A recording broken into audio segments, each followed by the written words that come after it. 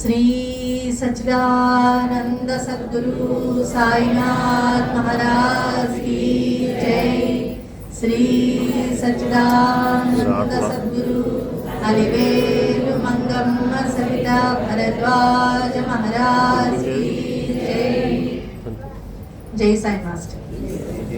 ఈ ప్రపంచంలో అన్ని దేశాల్లోనూ అన్ని కాలాల్లోనూ ఎల్లప్పుడూ మన మధ్య మహాత్ములుగాను సద్గురువులుగాను అవతరిస్తూ మనలను సన్మార్గ వర్తనలను చేసేటటువంటి తత్వం ఈ సృష్టిలో ఏదైతే ఉన్నదో ఆ తత్వాన్ని దత్తాత్రేయ తత్వము అన్నారు పెద్దలు. అటువంటి దత్తాత్రేయ స్వామిని మన హృదయాల్లోకి సాదరంగా ఆహ్వానించుకుందాం.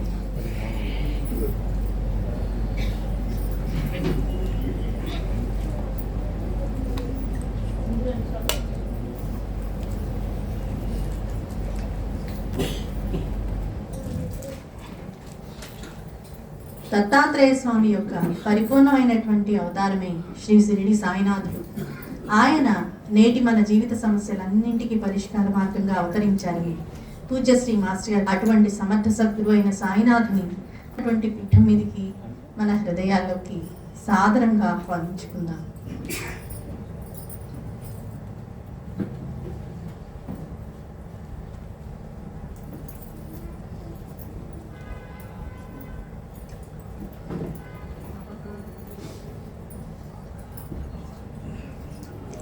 అంతటి సమర్థ సద్గురు అయిన సాయినాథుని ఎలా సేవించి తరించాలో తాము ఆచరించి బోధించి మనకు మార్గదర్శకులైనటువంటి సద్గురు దంపతులైన అమ్మగారికి మాస్టర్ గారికి మనసారా కృతజ్ఞతలు తెలుపుకుంటూ వాళ్ళిద్దరినీ కూడా మన ఎదురుకుండా ఉన్నటువంటి పీఠం మీదకి మన హృదయాల్లోకి సాదరంగా ఆహ్వానించుకుందాం.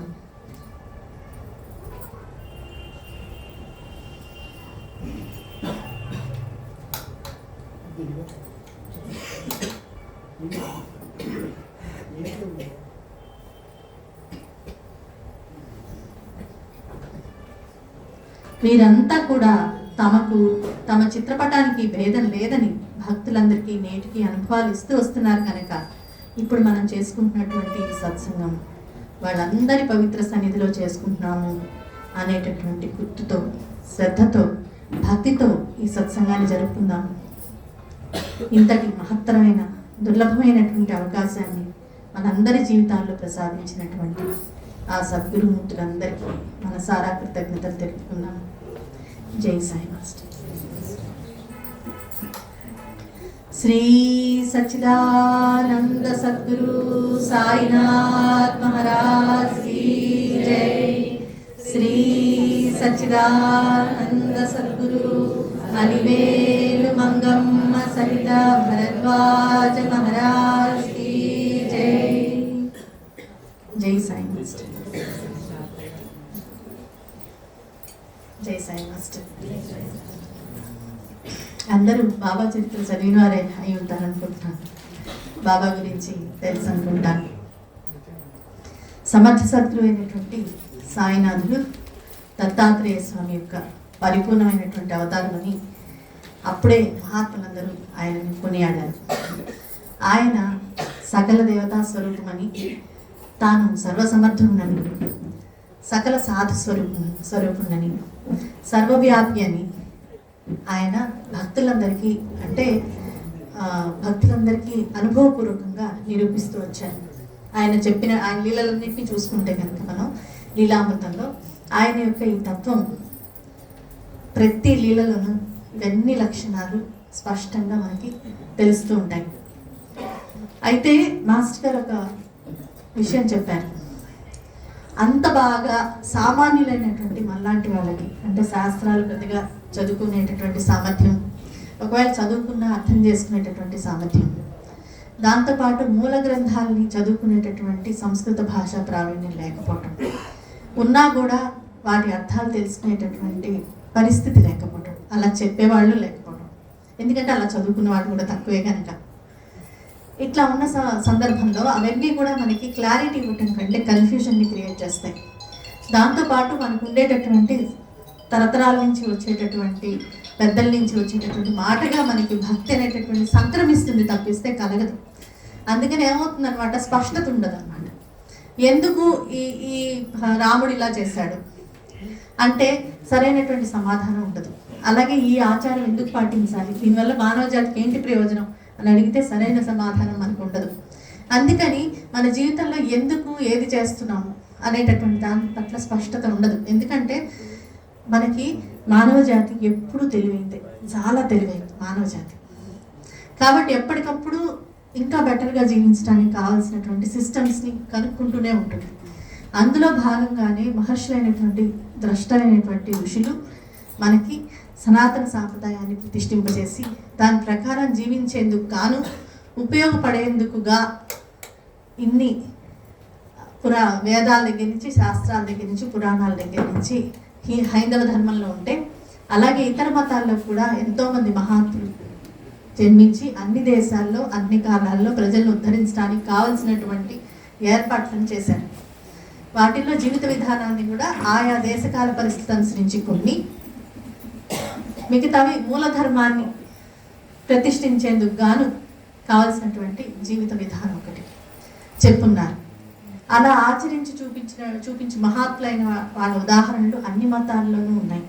అంటే అన్ని మతాల్లోనూ సరిగ్గా అనుష్ఠించి మహాత్ములైపోయిన వాళ్ళు ఉన్నారు, లేదా ఇట్లాగే మిడిమిడి జ్ఞానంతో మనం నిజంగా భక్తులమా కాదా, నిజంగా దేనికైనా ఊరికేనే ఈ పుట్టుకతో మనం ఒక కులానికో ఒక మతానికో చెందుతున్నామా, లేకపోతే నిజంగా అది ఏ ప్రయోజనం కోసం అయితే పెద్దలు పెట్టారో తెలుసుకుని జీవిస్తున్నామా అనే దాని దగ్గర బాగా కన్ఫ్యూషన్ ఎక్కువ అవడానికి పర్యవసానమే ఇవాళ ఉన్నటువంటి కలహాలు. మహాత్ములు ఎప్పుడు ఒకరితో ఒకరు కొట్టుకోరు. ఆ విషయం నిరూపించడం ఇప్పుడు నేటి మహాత్ములైనటువంటి సాయినాథుని చరిత్రలో కనిపించినంతగా ఇంకెక్కడా కనిపించదు. మతాలకు కులాలకు అతీతమైనటువంటి ఒక ధార్మిక జీవితాన్ని ఆయన నిర్దేశిస్తూ దానికి మూలంగా ఆధ్యాత్మిక సూత్రమై నిలిచి ఎవరు ఏది ఫాలో అవ్వాలనుకున్నా సరే దానికి కావాల్సినటువంటి స్పష్టతనిస్తూ వచ్చారు. అందుకని భగవంతుడి లక్షణాలు అని చెప్పినటువంటి లక్షణాలన్నీ ఆయనలో స్పష్టంగా కనిపించడమే కాకుండా, మనం ఇందాకే చెప్పుకున్నాం దత్తస్వామి ఆయా దేశకాల పరిస్థితుల్లో మనుషుల యొక్క పరిస్థితికి దిగి వచ్చి వాళ్ళని ఉద్ధరిస్తారు. అలాగే సమర్థ సతులైనటువంటి సాయినాథుడు సకల శాస్త్రాల్లో అన్ని మతాల్లోని గ్రంథాల్లో చెప్పినట్టుగా సర్వవ్యాపి సర్వసమర్థుడు అని భగవంతుడి నిర్వచనం ఏదైతే ఉందో అది మనలాంటి వాళ్ళకి, మామూలు వాళ్ళు, ఇంకా చెప్పాలంటే పల్లెటూరులో చదువుకొని షిరిడి గ్రామస్తుల దగ్గర నుంచి మొదట్లో వచ్చిన వాళ్ళందరూ వాళ్ళే కదండి. అట్లాంటి వాళ్ళకి రోజు రోజు అనుభవాల రూపంలో ఏ శాస్త్ర సారం అయితే ఉందో అదంతా ఆయన అనుభవాల రూపంలో బోధించారు. బోధిస్తే దాన్ని సరిగ్గా వివరించుకోకపోతే ఆయన ఇప్పుడు మనకి ఎలా సొల్యూషన్ మనకి అర్థం కాదు. మనకి ఎలా సొల్యూషన్ అర్థం కాదు. ఎందుకనంటే ఒక మహాత్ముడు లీల చదివినప్పుడు దాన్ని ఎలా స్వీకరించాలో మనకి చేత కాదు. చూడగానే చాలా అద్భుతం అనిపిస్తుంది. బాబా అంటే చాలా ఇష్టం ఏర్పడుతుంది. అబ్బా బాబా ఎంత గొప్పవారు అనిపిస్తుంది, ఆయన ఎన్ని లీలలు చేశారు అనిపిస్తుంది. అనిపించడంతో పాటు అవగాహన ఎలా చేసుకోవాలో మనకు తెలియదు.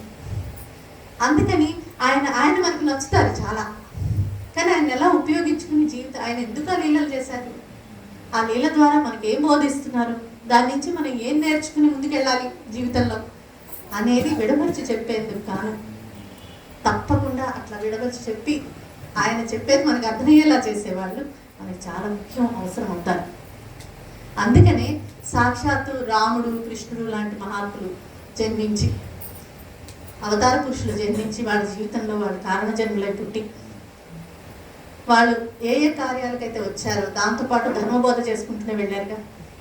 వెళ్ళినప్పటికీ వాటిని చక్కటి పురాణాల రూపంలోనూ చక్కటి ఇతిహాసాల రూపంలోనూ మనకు అందించడం వల్ల వాళ్ళు ఎంత గొప్పవాళ్ళో మనకు అర్థమవుతుంది. అందుకని రామాయణ, భారత, భాగవతాలు సంక్షిప్త గ్రంథాలు కాకుండా సంపూర్ణమైన గ్రంథాలు చదివితే మనకి డౌట్లు రాకుండా ఉంటాయి. ఎందుకని ఒక వాల్మీకో వేదవ్యాస మహర్షో ఖచ్చితంగా ఎందుకు రాముడు అలా లేకపోతే కృష్ణుడు అలా ఎందుకు చేశాడు, అది ఎలా ధర్మమో చెప్తారు. మనకి తెలియదల్లా ఏంటి, ఆయన ఇవి చేశాడని తెలుసు, ఎలా ధర్మమో తెలియదు మనకి. అది కాకుండా వక్రించి చెప్పే, అందుకని డౌట్లు వస్తాయి. ఇటు డౌట్స్ వచ్చి కొట్టుకునే వాళ్ళు వాటి కృష్ణుడు గొప్పవాడు, రాముడు గొప్పవాడు అనేవాళ్ళము పూర్తిగా మూల గ్రంథాలు చదవము. అలా కాదని వాదించేవాళ్ళు పూర్తి గ్రంథాలు చదవరు. ఎందుకని ఇద్దరికి సంస్కృతం రాదు.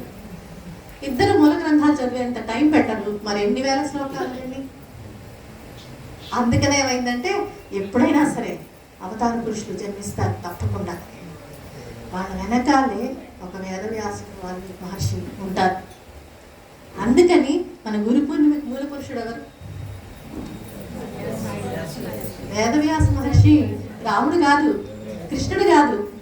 ఎందుకని వాళ్ళు అర్థం చేసుకుని మన జీవితంలో అనుష్ఠించడం ఎలాగో వాళ్ళు ఆ విధి రాయటంలో, ధర్మబోధ చేయటంలో వాళ్ళని ఆలంబనగా తీసుకుని ధర్మాన్ని బోధించి తరతరాలుగా ఇవాళకి మనకి నిజానికి ఆ క్లారిటీ లేకపోయినా సరే మనకి రాముడు అంటే భక్తి, కృష్ణుడు అంటే భక్తి ఇష్టం. వాళ్ళు ఏదైనా అంటే మనకి కోపం వస్తుంది చాలా మందికి. నిజంగా చెప్పాలంటే మనకి క్లారిటీ ఏం లేదు ఎందుకు ఏమిటి అని అడిగితే, ఎందుకని మనము మూల గ్రంథాలు చదవలేదు, చదవడానికి ప్రయత్నించను లేదు, అదంత ఇంపార్టెంట్ అని కూడా అనుకోలేదు. కాబట్టి ఏమవుతుందంటే ఒక మూఢత్వం మొదలవుతుంది. మన రాముడు, మన కృష్ణుడు, మన అల్లా, మన క్రీస్తు ఒక పొసెసివ్నెస్ ఇస్తుంది. అందుకని అది ఈగోకి యాడ్ అవుతుంది. అందుకని అది కలహానికి దారితీస్తుంది. అందుకని మన వాళ్ళంటే మనకి కోపం వస్తుంది చూడండి, అది వస్తుంది అక్కడ. దాంట్లో రాముడికి అసలు సంబంధం లేదు. క్లారిటీతో వచ్చింది కాదది, ఒక హీరో వర్షిప్ వల్ల వచ్చేది. అంటే ఒక రకంగా మనకు అర్థమైన రాముని మనం ఆరాధిస్తున్నట్టు, మన అనుకోవడాన్ని ఆరాధిస్తున్నట్టు. అదే ప్రాబ్లం మనకి బాబాతో కూడా వస్తుంది. ఎప్పుడు ఆయన ఇన్ని లీలలు చేశారు, ఇలా కనిపించారు, అలా చేశారు, అలా రక్షించారు, ఇలా చేశారు అని తెలుసుకున్నప్పుడు ఏమవుతుందంటే బాబా అంటే మనకి హీరో వర్షిప్ వస్తుంది. మన బాబా ఏదైనా అంటే మనకి కోపం వస్తుంది. ఎందుకంటే ఆయన మన బాబా, మనకు అర్థమైన బాబా కాదు, మనకి ఎంత అర్థమైందో అంతే బాబా. కాబట్టి ఏమవుతుందంటే అది మూఢత్వంలోకి వెళ్తుంది. ఎక్కడైతే మూఢత్వం ఉంటుందో, ఈగో పెరుగుతుందో, ఈగోకి యాడ్ అవుతుందో, స్పష్టత ఉండదో అది ఆధ్యాత్మికత కాదు అని మాస్టర్ గారు నిర్వచనం. అది ఆధ్యాత్మికత కాదు. ఎందుకని అది మనల్ని బెటర్ మనిషిగా చేయడం లేదు, మనల్ని ఇంకా సంకుచితత్వంగా తయారు చేస్తుంది. అంటే ఒక రకంగా చెప్పాలంటే క్లారిటీ లేని మనం బాబా గురించి కానీ మనకి ఏవన్నీ తీసుకున్నా సరే స్పష్టత తెచ్చుకోవడానికి ప్రయత్నించని మనం ఇంకో స్పష్టత తెచ్చుకున్న వాడు కనుక అంటే మనకు కోపం వస్తుంది. దీనిలో స్పష్టత తెచ్చుకోవడానికి ప్రయత్నం చేయటంలా అదేదో మనల్ని అంటున్న ఫీలింగ్ వస్తుంది. అది ఒక మూఢత్వం. బాబా ఫస్ట్ బేసిక్గా ఆయన చేసింది ఏంటంటే మూఢాచారాల్ని తుంచివేయడం. అందుకని బాబా బోధనలో చాలా మటుకు మాస్టర్ రాస్తారు. బ్రహ్మము, మాయ, మిథ్య లాంటి పదాలు ఆయన చాలా అరుదుగా అసలు వాడలేదు. ఎందుకంటే నిజానికి చాలా చిన్నవి అనుకుని మనం అనుకునేటటువంటివి నిజానికి చాలా పెద్ద అడ్డంకులు. వాటిని సరి చేసుకుంటూ పోతేనే సరిగ్గా మనం ఆయన ఆరాధించగలం అని చెప్పి రాస్తారు. అందుకని ఏమవుతుందనమాట, మన ఫస్ట్ వర్క్ ఎక్కడుంది, మనలో ఉన్నటువంటి బలహీనతలు ఇట్లాంటివి ఏవైతే ఉన్నాయో అంటే మనల్ని సరిగ్గా అవతల వాడిని ప్రేమించనీయకుండా చేస్తున్నాయో. భగవంతుడి స్వరూపంగా ఇన్ని లీలలు బాబావి చదువుకున్నా సరే పక్కన వాళ్ళు బాబాను చూడలేనటువంటి పరిస్థితి మనకున్నటువంటి ఇట్లాంటి మూఢమైనటువంటి విషయాల వల్ల, ఇట్లాంటి దీని యొక్క ప్రతిరూపమైనటువంటి కులమత భేదాల వల్ల వచ్చి ఇవాళ సమాజం ఎలా ఉందో మనకు తెలుసు.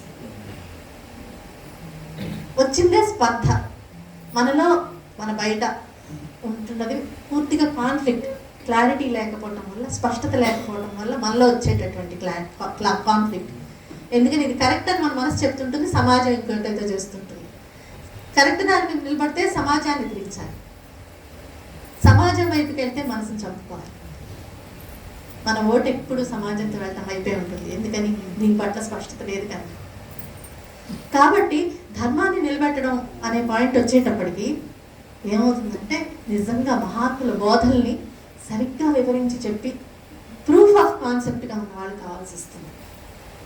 ఒక విశిష్టమైనటువంటి నా దృష్టిలో ఏమనిపిస్తుంది అంటే అట్లాంటి విశిష్టమైన మనకున్న అవసరం అది ఏంటి, సరిగ్గా బాబానే ఆయన కనుక అవతరించి 60 సంవత్సరాలు షిరిడీలో ఉండి మనకి ఇవాళ ఉన్నటువంటి జీవిత సమస్యలన్నిటికీ శాశ్వత పరిష్కారంగా ఆయన అవతరించినట్లయితే ఆయన పరిపూర్ణమైనటువంటి దత్తావతారం అనే మహాత్ములు చెప్పిందంతా నిజమే అయితే అది అప్పుడు కాదు, ఆయన సశరీరంగా ఉన్నప్పుడు కాదు, ఇప్పుడు కాదు, ఇక ముందు రాబోయే సమస్యలన్నిటికీ ఆయన పరిష్కారం అవ్వాలి. ఆయన్ని ఫాలో అయితే మాత్రమే మనకి వ్యక్తిగతంగా లోపల మన బయట సమాజంలో ఉన్నటువంటి అన్నిటికీ సరైనటువంటి మార్గదర్శకత్వం రావాలి.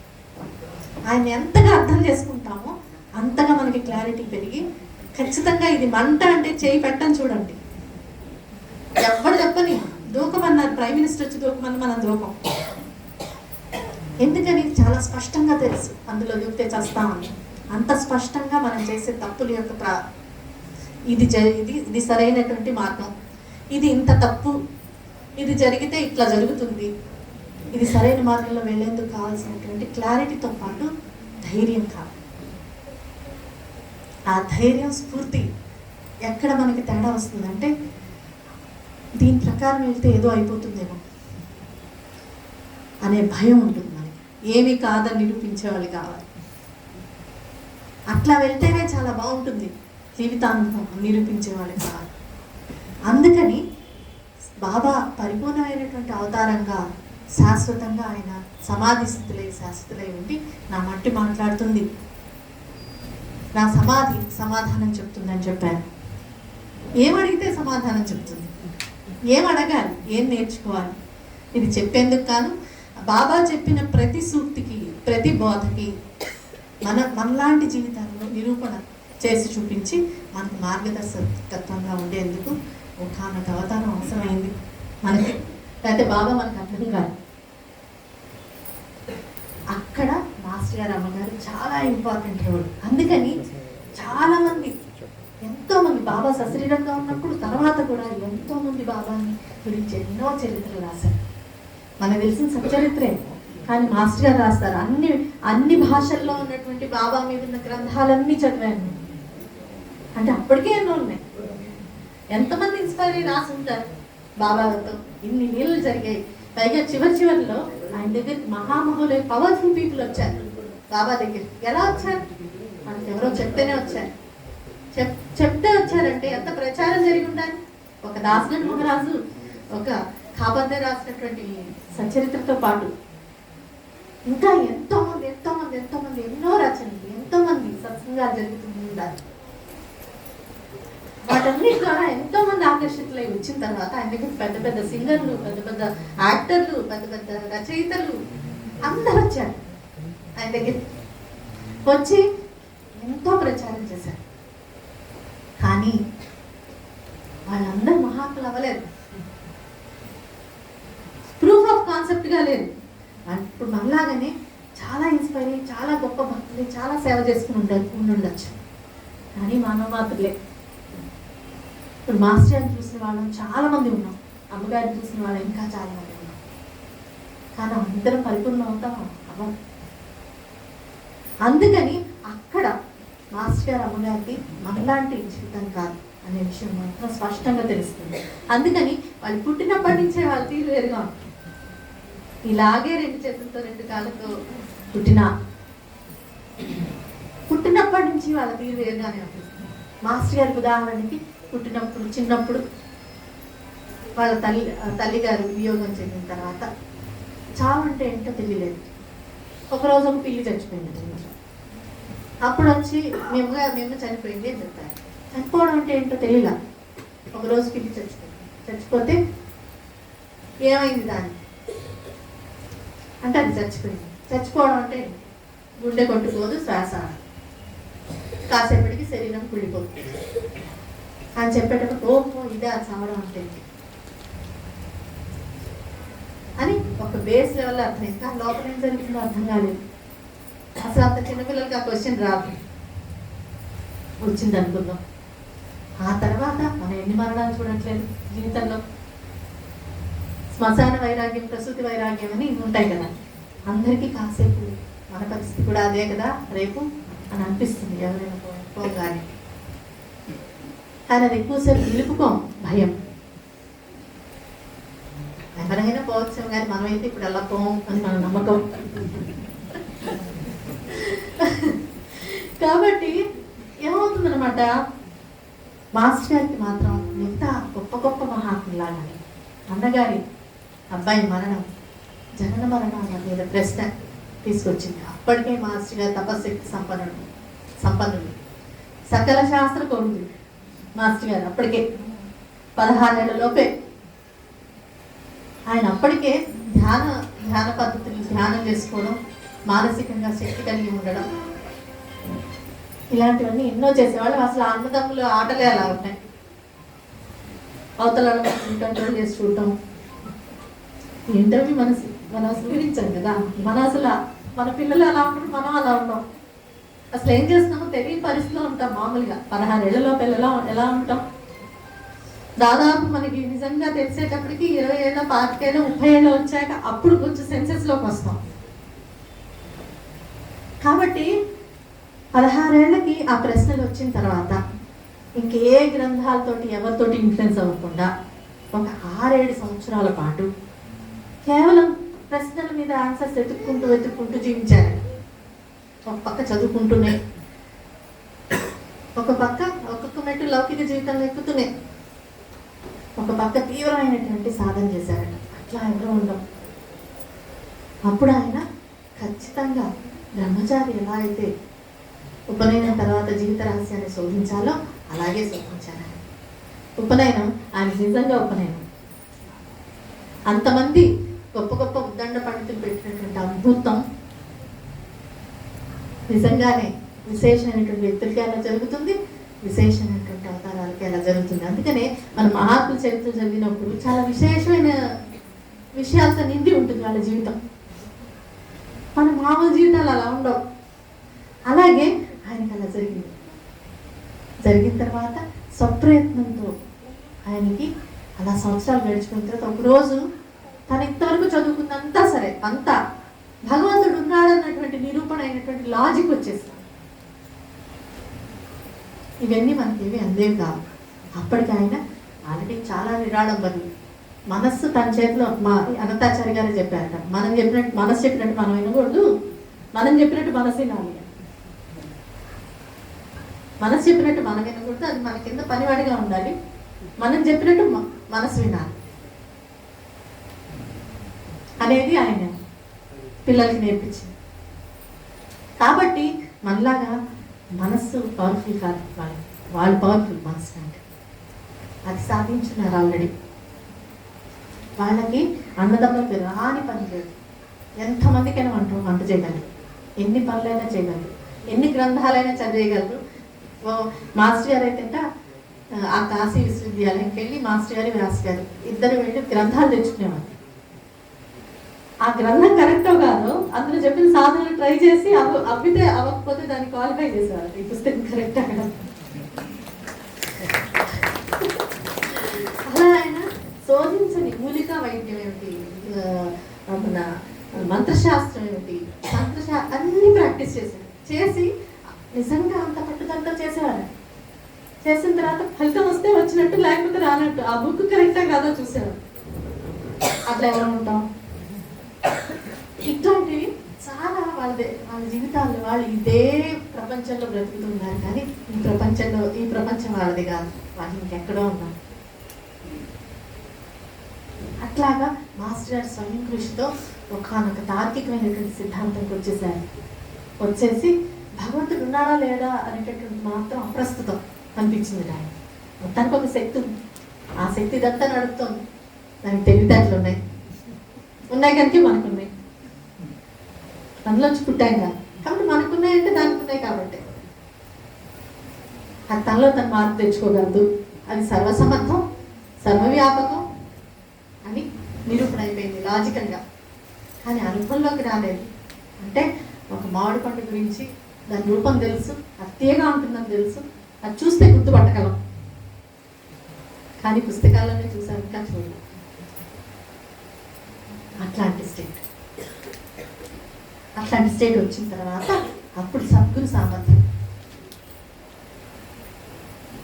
సరైనటువంటి శిష్యుడికి గురువు తనని పిలుచుకుని ఇవ్వవలసింది ఇస్తారు. మాస్టర్ అంటారు కదా, ఆయన ఇవ్వదలుచుకుంటే ఎక్కడైనా ఇస్తారు. లేకపోతే నేను అక్కడికి వచ్చినా ఇవ్వలేదు, నేను రావటం ఎందుకు అని ప్రశ్న వచ్చింది. ప్రశ్న వచ్చిన తర్వాత అక్కడికి రావడం, వెళ్ళడం, అక్కడ ఆయన ప్రసాదించడం రెండు జరిగిపోయాయి. అప్పుడు సద్గురు ఇంత గొప్పవాడు అన్నాడు. ఆయన చేసేది అంటే స్వప్రయత్నంతో రీచ్ అయ్యే స్టేజ్కి సద్గురువు అనుగ్రహించే అర్హత కలిగి తెచ్చుకోవడం అనేది ఆయన చేస్తే, ఆ సద్గురువు ఆయన్ని అనుగ్రహించి ఆత్మానుభూతిని ప్రసాదించి తన స్వరూపమై నిలిపి తన ఆధ్యాత్మిక వారసుడిగా నిలబెట్టారు మాస్టర్ గారిని. ఎందుకంటున్నానంటే బాబా ఎందుకు ఏ పని చేశారో తెలియాలంటే, ఏ వీళ్ళు ఎందుకు చేశారో తెలియాలంటే ఆ హృదయం ఈ హృదయం అవ్వకపోతే కుదరదు. అదే మనకి లీలామృతంలో కనిపించిన హృదయం.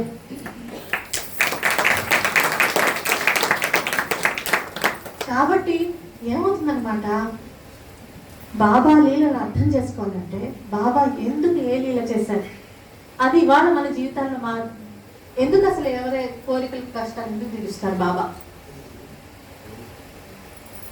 మనం వెళ్ళి చెప్పుకున్నాం, మందిరంకి వెళ్ళి చెప్పుకున్నాం, లేదా బాబా ఫోటో దగ్గర మన కష్టం చెప్పుకున్నాం, పారాయణ చేస్తున్నాం. ఎందుకు తీరుస్తారు బాబా? ఎందుకు తీర్చాలి? ఆయనకి ఏం అవసరం? మామూలుగా ఆలోచించండి, మన ఇంటికి ఎవడన్నా వస్తారు, కోరికలు తీరుస్తావా వాళ్ళు అడిగిందని? మన చరిత్ర చదువుతానంటాడు.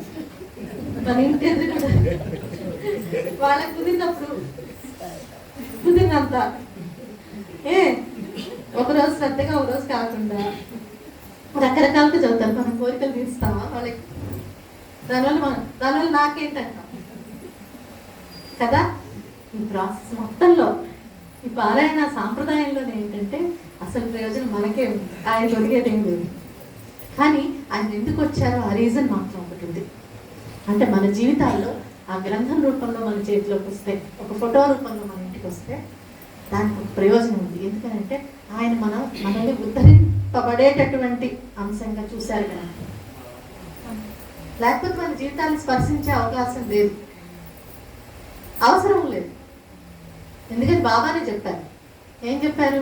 1-2 సార్లు హెచ్చరిస్తాను, లేకపోతే కర్మ చూసుకుంటుంది కానీ. కాబట్టి అసలు ఆ గ్రంథాలు మన జీవితాల్లో రావడానికి గుర్తు ఏంటంటే మాస్టర్ గారు రాస్తారు. అట్లాంటి గ్రంథం దొరకటం కూడా, సద్గురు గురించి చెప్పేవాడు దొరకటం కూడా మన జీవితాల్లో సద్గురు కృప లభిస్తున్నట్టుగా గుర్తు. అంటే మనందరం ఆ పాసిబిలిటీ ఉన్నవాళ్ళు. కాకపోతే ఆ మార్గం తెలియాలంటే ఏం జరగాలంటే అది ఎందుకు ఏ లీల ఎందుకు జరుగుతుందో చెప్పగలిగే చెప్పడం ఒకటైతే, దాని నుంచి మనం ఏం నేర్చుకుని దేనికోసం బాబా చేసి ఉంటారు, మనలో ఏ మార్పు తీసుకురావడం కోసం బాబా మన దాకా వచ్చి ఆ లీల చేసి ఉంటారు, లేకపోతే ఆ బోధ చేస్తున్నారు అని వివరించి చెప్పేటటువంటి ఒకనొక అవతారం అవసరం. అందుకని సద్గురు అయినటువంటి బాబా అవతరిస్తే ఆయన్ని సరిగ్గా శిష్యరికం చేయటం ఎలాగో, ఆయన భక్తుడు అవడం అంటే ఎట్లాగో. మనందరం బాబా భక్తులు అనుకుంటాం, బాబా శిష్యులు అనుకుంటాం, కానీ ఆ నిర్వచనం చాలా వేరు. మాస్టర్ గారితో కంపేర్ చేసుకుని అది ధైర్యం చేయొచ్చు ఎవరైనా. నిజమైన భక్తుడు ఎలా ఉంటాడో, నిజమైన శిష్యుడు ఎలా ఉంటాడో గురుగీతలో మీరు చూసినట్టయితే శిష్యుడి లక్షణాలు, ఉత్తమ శిష్యుడు ఎలా ఉంటాడో చెప్పబడి ఉంటుంది. నాగభక్తి సూత్రాల్లో చూస్తే భక్తి అంటే ఏమిటి, భక్తుడు ఎలా ఉంటాడో తెలుస్తుంది. ఆ 2 స్వరూపాలు మాస్టర్లో స్పష్టంగా కనపడతాయి. అట్లా ఉన్నవాళ్ళు నిజమైన భక్తులు, అట్లా ఉన్నవాళ్ళు నిజమైన శిష్యులు. దాని అక్కడ దాకా రీచ్ అవ్వడం ఎలా? మనకి బాబా నచ్చారు సరే, బాబాకు నచ్చినట్టు మనం తయారవడం ఎలా? ఆయన పరిపూర్ణ దత్తావతారాలు అవతరిస్తే మనల్ని మంచి మార్గంలో పెడుతూ ఉంటే, అంటే ఇక్కడున్న ప్రతి వాళ్ళం ఒక్కరమైనా సరే మంచి వాళ్ళం అవుతూ పోతూ ఉంటేనే మన సమాజం మారుతుంది. మన నుంచే మన ప్రపంచం మారుతుంది. మనం ఏం ఆలోచిస్తాం లోపల, మన ఆలోచనల క్వాలిటీ ఏంటి, మన పనుల క్వాలిటీ ఏంటి, మనం ఏవి ఇష్టపడుతున్నాం, ఏవి ఇష్టపడట్లా, సమయం వస్తే మనం ఏ పనులు చేస్తాం, ఒంటరిగా ఉన్నప్పుడు ఏ పనులు చేస్తాం, అది మన వ్యక్తిత్వం యొక్క క్వాలిటీ. ఆ క్వాలిటీ ఎట్లా ఉంటుందో మనందరికీ తెలుసు. కూర్చుని ఆలోచిస్తే మనందరికీ తెలుసు. సత్కాలక్షేపంలో ఉండేవాళ్ళం చాలా తక్కువ, ఎక్కువ కాలక్షేపంలో గడుపుతాం. మంచి మాటలు వినటం, మాట్లాడుకోవడానికి ప్రత్యేకంగా సమయం తీయాల్సిన అధోగతిలో మనం ఉన్నాం. అంటే సత్సంగం చేసుకోవాలి మనం అనుకొని కొంత టైం తీస్తే తప్ప మంచి విషయాలు మాట్లాడుకునే సమాజం లేదు మనకి. మొత్తం అంతా పిచ్చి విషయాలు, అనవసరమైన విషయాలు మాట్లాడుకుంటూ అట్లాగే కొట్టుకుపోయే జీవితాల్లో అరే ఇట్లా ఇవి కాదు, కాసేపు మంచి విషయాలు మాట్లాడుకోవాలి, ప్రత్యేకంగా టైం తీసుకోవాల్సిన దుస్థితిలో ఉన్నాం. అసలు మన జీవితాలన్నీ మంచి విషయాలతోనే నిండి ఉండాలి, మన సమాజం మంచితోనే నిండిపోయి ఉండాలి. అక్కడి నుంచి ఎక్కడికి తెలిసారేమంటే ప్రత్యేక ప్రయత్నంతో కానీ మంచిగా ఉండలేము, ప్రత్యేక ప్రయత్నంతో కానీ మంచి విషయాలు మాట్లాడలేము, ప్రత్యేక ప్రయత్నంతో కానీ మంచి విషయాలు వినలేవు. ఒకవేళ అవన్నీ విన్నా ఇవన్నీ ఈ సమాజంలో ఎట్ట కుదురుతుంది? ఇంత అధర్మపరంగా ఉంటే సమాజాన్ని బట్టే మనం పోవాలి అని మనం చాలా మటుకు తప్పుల్ని దిద్దుకోగలిగిన తప్పుల్ని కూడా దిద్దుకోవాలి. కాబట్టి ఏమవుతుందంటే ఇన్ని బలహీనతలు అసలు మనలో ఉన్నాయా అని మనకు అనిపించదు. ఎందుకని మనం మంచివాళ్ళం అనుకుంటేనే మనం బాగుంటాం. మన దృష్టిలో మనం మంచివాళ్ళం, మిగతా అందరు కాదు. ఈ ప్రపంచం మారాలనుకుంటాం, ప్రపంచంలో మనం ఏదో బయట ఏదో ఉన్నట్టు. కానీ మన మార్పుకి వస్తే బాబా మన జీవితాల్లోకి వచ్చారు. కాబట్టి మనం ఎట్లాంటి వాళ్ళో మనకి ఫస్ట్ తెలియాలి. అందుకు మూలం ఆత్మవిమర్శ. అది చేయాలంటే ఒక కంపారిజన్ కావాలి. అంటే బాబా అసలు మనల్ని ఎలా ఉండమన్నారు, మనం వాళ్ళంతా ఎలా ఉన్నాం, ఏ సందర్భంలో ఎలా ప్రవర్తిస్తున్నాం, ఎలా ప్రవర్తిస్తే బాబాకి ఇష్టం, దానివల్ల మన జీవితానుభవం మనకి ఇంకా మీనింగ్ఫుల్గా తయారవుతుంది. దానివల్ల తృప్తి వస్తుంది జీవితంలో. మనం కరెక్ట్గా ఉండటం వల్ల వచ్చేది ఏంటో తెలుసా? తృప్తి. కరెక్ట్గా లేకపోతే వచ్చేది ఏంటో తెలుసా? గిల్ట్. ఆ గిల్ట్ వల్ల మనం డొల్లల్లాగా అయిపోతాం, మనకు పట్టు ఉండదు. అందుకని ఒక వ్యక్తిత్వం లేని వాళ్ళలాగా ఉంటాం. మనకి మంచివాడనే ఉండే నిర్వచనం వేరు, మనం ఉంటున్నది వేరు. మన కళ్ళలోనే మనం దిగజారిపోయి ఉంటాం. మనకి ఆత్మగౌరవం ఎప్పుడు వస్తుందంటే మన కళ్ళల్లో మనం ఉన్నతంగా ఉన్నప్పుడు. అది నేర్పిస్తాడు మాస్టర్ బాబా. కాబట్టి అక్కడ తృప్తి రావడం ద్వారా, దానివల్ల మన ప్రవర్తన మారటం వల్ల పరిస్థితుల పట్ల మనం రియాక్ట్ అయ్యే తీరు మారుతుంది. ఎందుకని మెచ్యూర్గా రియాక్ట్ అవుతుంది. దానివల్ల వచ్చే రిపర్కషన్స్ తేడాగా ఉంటాయి. మన ప్రపంచం అంతా బాగుండకపోవచ్చు కానీ మనం బాగుంటాం. బోర్డుని కష్టాలు ఉండొచ్చు కానీ మనకు కష్టంగా లేదు. అంటే చిన్నప్పుడు ఒక చిన్నది కట్ అయితే ఒక 4 రోజుల పాటు ఏడ్చుకుంటూ తిరిగిన మనం పెద్ద అంటే అసలు పట్టించుకొని చూడండి. అది కోసుకోదా ఏంటి అనుకో, ఏం తేడా వచ్చింది? కోసుకోవడం ఎప్పుడు ఒకటే. ఇంకా చెప్పాలంటే చిన్నప్పుడు వెంటనే మారిపోయింది. ఇప్పుడు ముదిరిపోయే చర్మం 4 రోజులు ఎక్కువే పడుతుంది. పైగా పని చేస్తుంటాం కాబట్టి కాస్త కారం, కాస్త ఉప్పు అన్ని తగులుతూనే ఉంటాయి. అయినా సరే అది పెద్దగా అనిపించదు మనకి. ఆ కష్టం చిన్నప్పుడు కష్టం కాకుండా పోయింది. కోసుకోవడం అయితే కోసుకుంటుంది, మన దృక్పథం మారింది. అందుకని ఏమవుతుందంటే మాస్టర్ గారు రాస్తారు, డబ్బాలో రాళ్ళేసి గలగల అన్నట్టుగా ఉండేటటువంటి జీవితం ప్రశాంతంగా మారింది.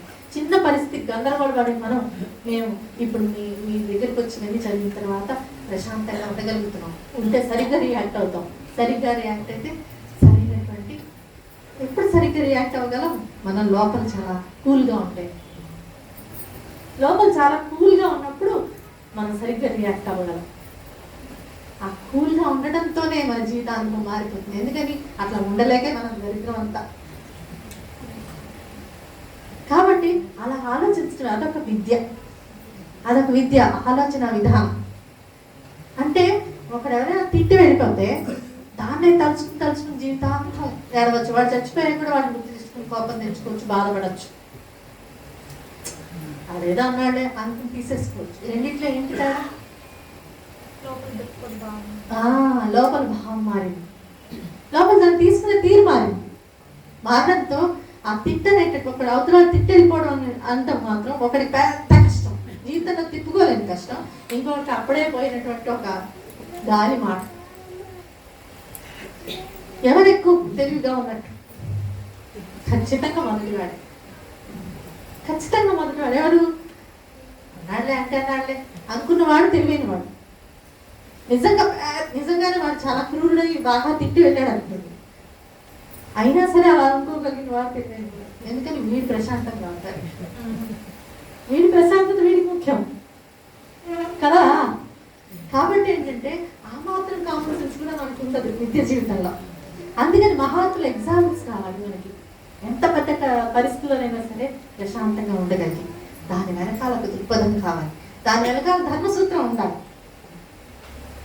అవన్నీ ఆ ధర్మ స్వరూపం వాళ్ళే ఉండి బాబా చెప్పినటువంటి ప్రతి సూక్తిని, ప్రతి మాటని సరిగ్గా జీవితంలో మన పరిస్థితుల్లోనే అనుష్ఠిస్తూ వాళ్ళ స్వరూపులై నిలవడం అనే ప్రూఫ్ ఆఫ్ కాన్సెప్ట్ కావాలి.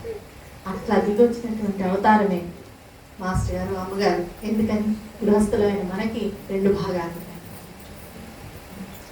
అమ్మగారు అయితే మాస్టర్ పరిపూర్ణులు గారు ఒక్కసారి వివాహం చేసుకునే పరిస్థితి వచ్చిన తర్వాత ఆయన బ్రహ్మచారిగా సన్యాసం వండిపోయింటే వేరే సంగతి.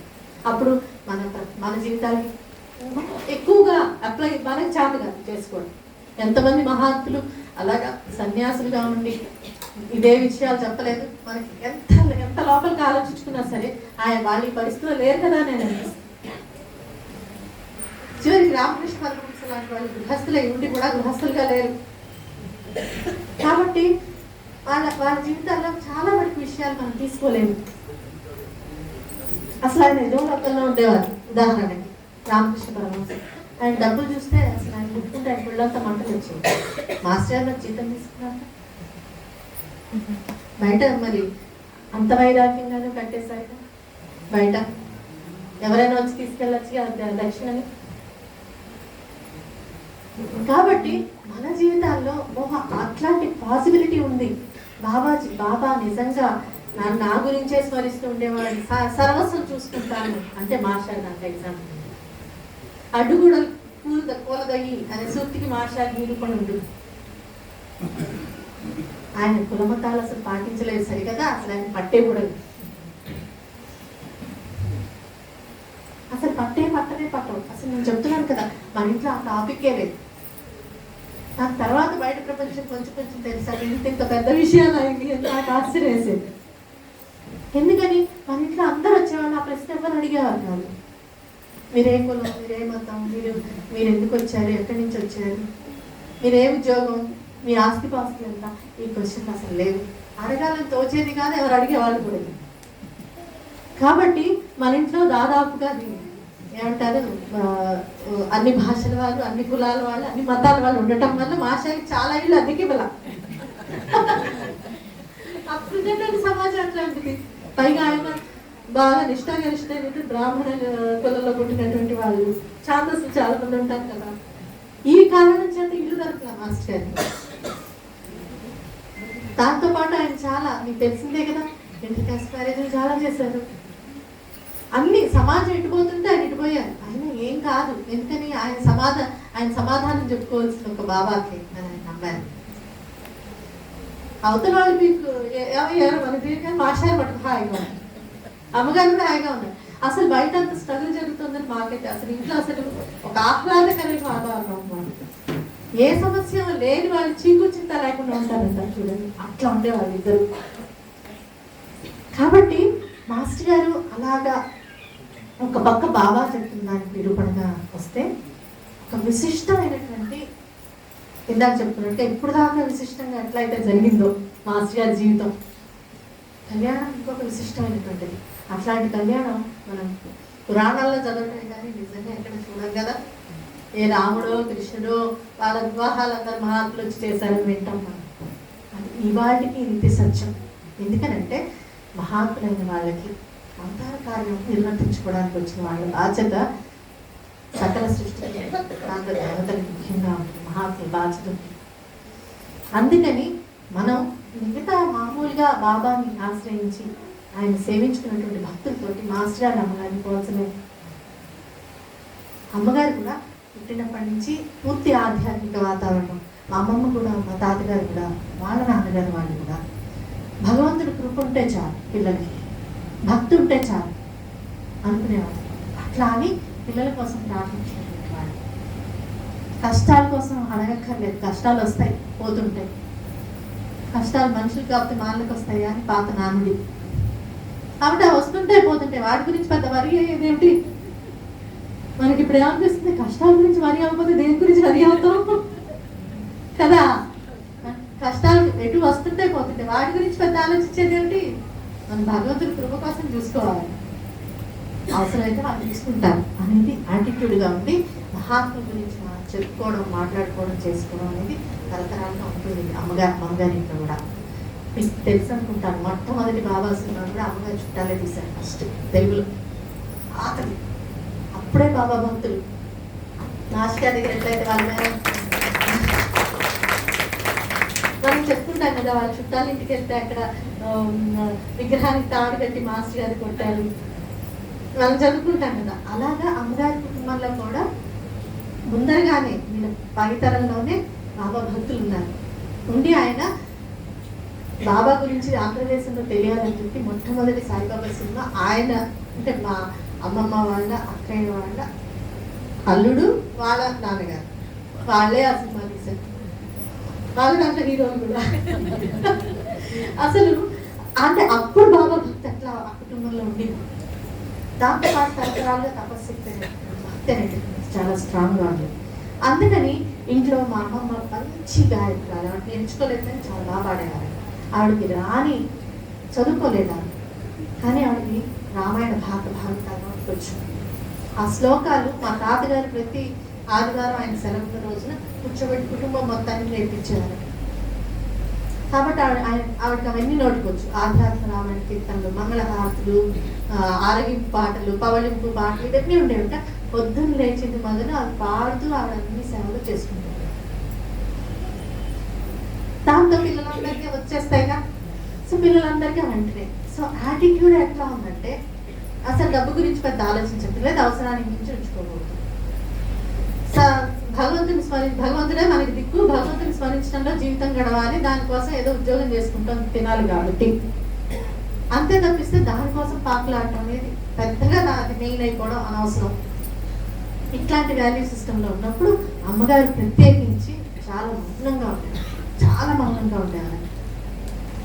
ఆ జిల్లాలో కూడా తెలిసిన తర్వాత ఇంకా అసలు నామస్మరణ అనేది కంటిన్యూస్గా లోపల చేసుకుంటూ ఉండేవారు. ఎందుకు మౌనంగా ఉండేవారు అంటే మాట్లాడితే ఏదో ఒక మాటలు వస్తాయి, నామస్మరణ ఆగిపోతుంది కనుక స్మరణ చేసుకుంటూ ఉండేవారు. రెండే ఎక్స్ప్రెషన్లు, ఇలాగా లేకపోతే ఇలాగా అన్నారు. చాలా మంది మోగ పిల్లలు అనుకున్నారు, పక్కింట్లో ఉన్న వాళ్ళు కూడా మోగమ్మాయి అనుకున్నారు. అనుకుని పాపం ఎంత చక్కగా ఉంటుందో మీ పిల్లకి, ఏం పర్వాలేదు రండి భగవంతుడు ధైర్యాలు ఇస్తారంటే 50 మా అమ్మాయికి మీ అమ్మాయికి పాప మాటలు రావు కదండి, మాటలు ఎందుకు రావు, శుభ్రంగా వచ్చు, మాట్లాడదంతే అని చెప్పారు. అంటే ఎంత మౌనంగా ఉంటారో అనుకుంటారు అందరూ. ఆ తర్వాత జిల్లానిగూడెం దగ్గరికి వెళ్ళంగానే అక్కడ ఉండిపోవాలనిపించడం. వీళ్ళు ఒక ఫంక్షన్కి వెళ్తారు, అందరు వచ్చేస్తారు కానీ అమ్మగారు మాత్రం రారు. ఆ తర్వాత మీరు ఇప్పుడు వెళ్ళి జిల్లానిగూడెంలో అప్పుడున్న వాళ్ళని అడిగినా సరే అమ్మగారు చేసిన సేవ గురించి చెప్తారు. అమ్మగారు సేవ చేయని రోజు భోజనం చేసేవారు కాదు. సేవ చేయకుండా భోజనాలు తింటాం నేను ఇక్కడ అనుకునేవారు. నిరంతర స్మరణతో గడుపువారట, హాయిగా ఉండేవారట. అసలు అక్కడ ఏ పెట్టకపోయినా అక్కడ ఉండిపోవాలి, ఇంకా అక్కడే ఉండిపోవాలని ఆవిడ కోరిక. కాబట్టి వివాహం చేసుకోకూడదని ఆవిడ కూడా అనుకున్నారు. అక్కడ ఆరోగ్యం చాలా పాడైపోయింది, ఎందుకని పొలం పనుల దగ్గర నుంచి అన్ని పనులు చేశారు, ఈ పని ఆ పని అని లేదు. ఒకసారి జిల్లాలో కూడా 1,00,000 మందికి ఒకేసారి భోజనాలు పెట్టినప్పుడు అందరు ఫంక్షన్కి వచ్చి వెళ్ళిపోతారు, తర్వాత చూసుకునే వాళ్ళు ఎవరు? అది పల్లెటూరు, చాలా చిన్న పల్లెటూరు. అక్కడ ఆ ఏర్పాట్లే చాలా పెద్దవి, 1,00,000 మందికి భోజనం పెట్టడం అంటే. ఆ తర్వాత క్లీనింగ్ పనులు ఉన్నాయి, వాళ్ళందరూ వచ్చిన వాళ్ళు స్నానాలు అన్నీ చేసుకుంటారు కదా, ఆ క్లీనింగ్స్ అవి కూడా అమ్మగారు చేశారు. అందరితో పాటే అమ్మగారు అది ఎలా చేశారు, అవన్నీ చేసేవారా మీరు అంటే అందరితో పాటే అందరం చేసాం. చాలా మంది చేసాం, చాలా మంది చేయలేదు కూడా కదా. చాలా మందికి సేవల్లో కూడా క్వాలిటీలు గ్రేడింగ్స్ ఉంటాయి కదా. అమ్మ పక్కనే ఉంటే బాగుండడం, ఆ తర్వాత అలంకరణ, మనకి పేరు వచ్చే పనులు, భలే అలంకరణ చేశారు, భలే ముగ్గులు వేశారు, భలే పాడారు, భలే వంట చేశారు. ఈ భలే సెక్షన్ ఒకటి ఉంటుంది, వాటిలో నెక్స్ట్ ఇంట్రెస్ట్ ఉంటుంది. ఫస్ట్ అమ్మ పక్కన ఉండే వాళ్ళకి ఉండడం చాలా ఇంట్రెస్ట్ ఉంటుంది. ఆ తర్వాత ఈ పేరు వచ్చే పనులు ఉంటాయి, పేరు రాని పనులు వైపు పెద్దగా ఇంట్రెస్ట్ ఉంటుంది. వాటిల్లో కూడా గ్రేడింగ్ ఉంటాయి, కూరలు తరిగి ఇవ్వటం, కూర్చుని చేసే పనులు, తిరిగే పనులు చేయడం ఇష్టమైన వాళ్ళు ఇది చేయరు, ఇది ఇష్టమైన వాళ్ళు అవి చేయరు కదండి. అంటే మనం వెళ్ళేది మన పనులు చేసి వాడికి సేవ అని పేరు పెట్టుకోవడం కోసం. అంతా ఇంత అది సేవ అంటానికి ఎందుకు వీలు కాదంటే ఏది అవసరమో అది చేయడం సేవ. సేవ నిర్వచనం ఏంటంటే మన శరీరం మనస్సు దానికోసం వాళ్ళ కోసమే ఉంది. ఏది అవసరమైతే అది చేద్దాం, ఏదైనా ఒకటే వాళ్ళకి ఎక్కడో ఉపయోగపడితే చాలు అనే అర్పణ భావం నుంచి వచ్చేది సేవ. మనం చూసి చేసుకునేది సేవ పేరుతో ఏదో దానికి ఒక నిర్వచనం లేదు. కాబట్టి ఏమవుతుందంటే ఇంకా లాస్ట్లో బాత్రూమ్లు కడిగేవాళ్ళు, మిగతా అన్ని చేసేవాళ్ళు. అమ్మగారు అక్కడ ఉండేవారు, అమ్మగారు అక్కడ ఉండేవారు. అందుకని బిడ్డలు కూడా దర్శనం కూడా అయ్యేది కాదు చాలాసార్లు రోజు. అయినా సరే అక్కడ ఆ ప్రాంగణంలో ఉండి ఉపయోగపడితే చాలు అనుకున్నాను. దాంతో అప్పట్లో చాలా చిన్న ఆశ్రమం ఉంది కాబట్టి ఉప్పు చింతకాయ పచ్చడి, నీళ్ళు మజ్జిగ అట్లాగే తింటూ ఉన్నారు. కంప్లైంట్ చేయాల మళ్ళాగా అదే తింటూ ఉన్నారు. ఆరోగ్యం బాగా క్షీణించిన తర్వాత ఆశ్రమానికి చెడ్డ పేరు వస్తుందేమోనని ఇంటికి పంపించారు, తగ్గించుకున్నాను. అప్పుడు బాబా దర్శనమిచ్చి అప్పటికే మాస్టర్ గారు నిల్లెల్మూడిలో ఉండటం, మా అమ్మమ్మ వాళ్ళకి అక్కడ ఉన్న చాలా మందికి బాబా అక్కడ ఉండగా చెప్పలేదు. కానీ వీళ్ళు వచ్చేసిన తర్వాత మాస్టర్ గారి గదిలో బాబా ఫోటో ఉండేది కదా, ఉండేది. బాబా భక్తులట అనే పేరు ఉండేది. అట్లాగా బాబా సచ్చరిత్ర గ్రంథం తీసుకోవడం, ఈ మాతృశ్రీ మ్యాగజైన్కి పనిచేసేటప్పుడు ఈ కుటుంబంతో ఆ కుటుంబానికి నాన్నగారికి పరిచయం బాగా ఏర్పడటం ఇదంతా జరిగి సచ్చరిత్ర గ్రంథం వచ్చేసింది ఇంట్లోకి. తెలుగులో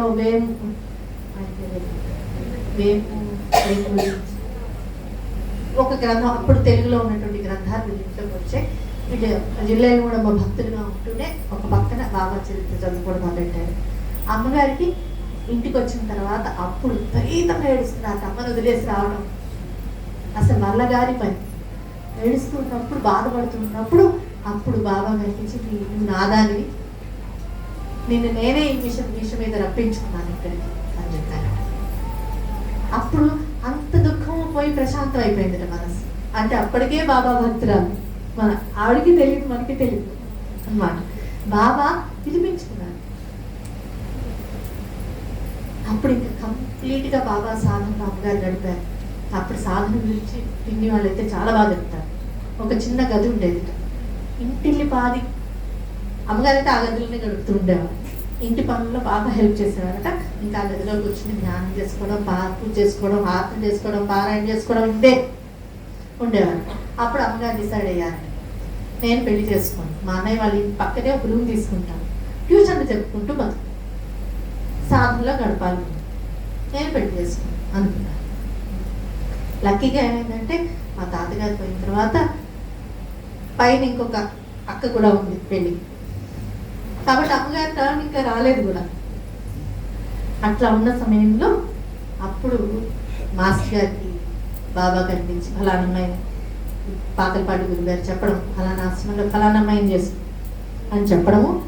చెప్పగానే మాస్టర్ గారు ఎంత గొప్పవాళ్ళు, మేధావంతులో తెలుసు. మాస్టర్ గారు మహాత్ముడు మా అమ్మమ్మ ముందే చెప్పింది. ఆయన చూడంగానే ఫస్ట్ టైం చూడంగానే చెప్పింది ఆయన మామూలు ఆయన కాదు, మహాత్ముడు. అప్పుడు మాస్టర్ గారు జిల్లేలమూడిలో నీళ్ళ కావిడి మోస్తూ ఫస్ట్ కనిపించారు. అమ్మమ్మ అప్పుడు అమ్మమ్మ పిన్ని వీళ్ళు ఉన్నారు. అది చూడంగానే అడుగుతారు, అమ్మో ఆయన ఏంటి, ఆయన కాడు మోస్తున్న ఆయన ఎవరు అంటే భరద్వాజ గారిని హైదరాబాద్ నుంచి వస్తుంటారు ఆయన అని చెప్తే, ఆయన మామూలు ఆయన కాదు, ఆయన మహానుభావుడు, ఇప్పుడు ఎవరికి తెలియదు అన్నాను. అప్పటికి ఎవ్వరికి తెలియదు మాస్టర్ గురించి, ఆయన గొప్ప విజ్ఞానవేత్త అని తెలుసు. అట్లాంటి ఆయన ఆవిడ అలా గుర్తించిన ఆవిడ. కాబట్టి అట్లా మాస్టర్ గారు అంత విజ్ఞానవేత్తను పెళ్లి చేసుకున్నాడు. బాగా అప్పుడు లెక్చరర్ ఉద్యోగం, అంటే బాగా చెప్తునేవారు. అనంతాచార్య గారి కీర్తి మారుమోగిపోతుంది దేశంలో అప్పుడు. అట్లాంటి సంబంధం వస్తే వెంటనే పెళ్లి చేసుకోవడం కాదు జరిగింది. ఆయన చెప్పిన మనం నాకు చెప్పాలిగా అని ఆగటం. మనకైతే ఏమనిపిస్తుంది, బాబా చెప్పారంటే నన్ను పెళ్లి చేసుకోమని బాబా చెప్పారంటే ఎట్లుంటుంది, ముందర నేనెంత గొప్పదాన్ని అనిపిస్తుంది. తర్వాత బాబా ఇంకా అసలు నిజమా కాదా అని ఆలోచించే బుద్ధి ఉండదు. ఆ బుద్ధి ఉండదు కాబట్టే మనకి బాబా చెప్పారని ఎలా అయినా ఎవరైనా మనల్ని మోసం చేయొచ్చు. ఆ మాట వాడితే చాలు. మాస్టర్ గారు చెప్పారు ఇలాగ నాతో అంటే మనం నమ్మేస్తాం.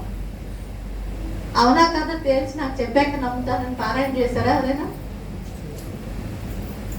చెయ్యం. మనకున్నటువంటి ఇందాక చెప్పానే ఆ వర్షిప్ అట్లాంటిది, మనకి కళ్ళు మూసిపోతాయి అనమాట. అందుకని మనం ఎవరినైనా సరే మోసం చేసి బాబా ఉండగా అని చెప్పలా, కళ్ళు నెత్తిన పెట్టుకుని బాబా నాకు కూనాడు, బాబా అక్కడ లేడు అని ఎంతో మంది ప్రజల్ని మోసం చేస్తున్నారు అని చెప్తారు. బాబా సశరీరంగా ఉన్నప్పుడు ఎలా ఒక్కసారి బాబా పేరు చెప్పంగానే అందరికి ఇంకా వివేకం పోతుంది, పోయి గుడ్డిగా నమ్మేయటం జరుగుతుంది.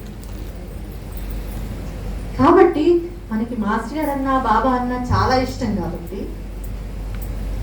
బాబా నాకు ఇలా చెప్పారు, బాబా స్వరూపం నేను, నాలోంచి బాబా మాట్లాడతారు. లేకపోతే మాస్టర్ గారు నాకు ఇలా చెప్పారు, మాస్టర్ గారు నన్ను ఇలా అన్నారు, నాకు మాస్టర్ గారు కనిపించి రోజు మాట్లాడతారు. ఇలా మోసం చేసేవాళ్ళు అన్ని చోట్ల ఉంటారు. మనం పడిపోవడానికి రెడీగా. అది మనం మాస్టర్ గారి మీద ఇష్టం అలా మనల్ని చేసేస్తుంది. కానీ మహాత్ములు అక్కడ కూడా ఎలా ప్రవర్తించాలో చెప్పారు. మనం అమ్మగారు మాస్టర్ గారు అంతటా ఆయన ఉత్తరం రాసి నాకు బాబా చెప్పారు చేసుకోమని అంటే, సరే తలకాయ ఊపేలా ఆయన చెప్పినా నాకు కూడా చెప్పాలి. ఎందుకని పెళ్ళి అనేది ఇద్దరికి సంబంధించిన విషయం. అంటే దాదాపు 4-5 ఏళ్ళు వెయిట్ చేశారు. మధ్యలో ఏం తొందరగా కావాలా, తొందరగా అవ్వాలా.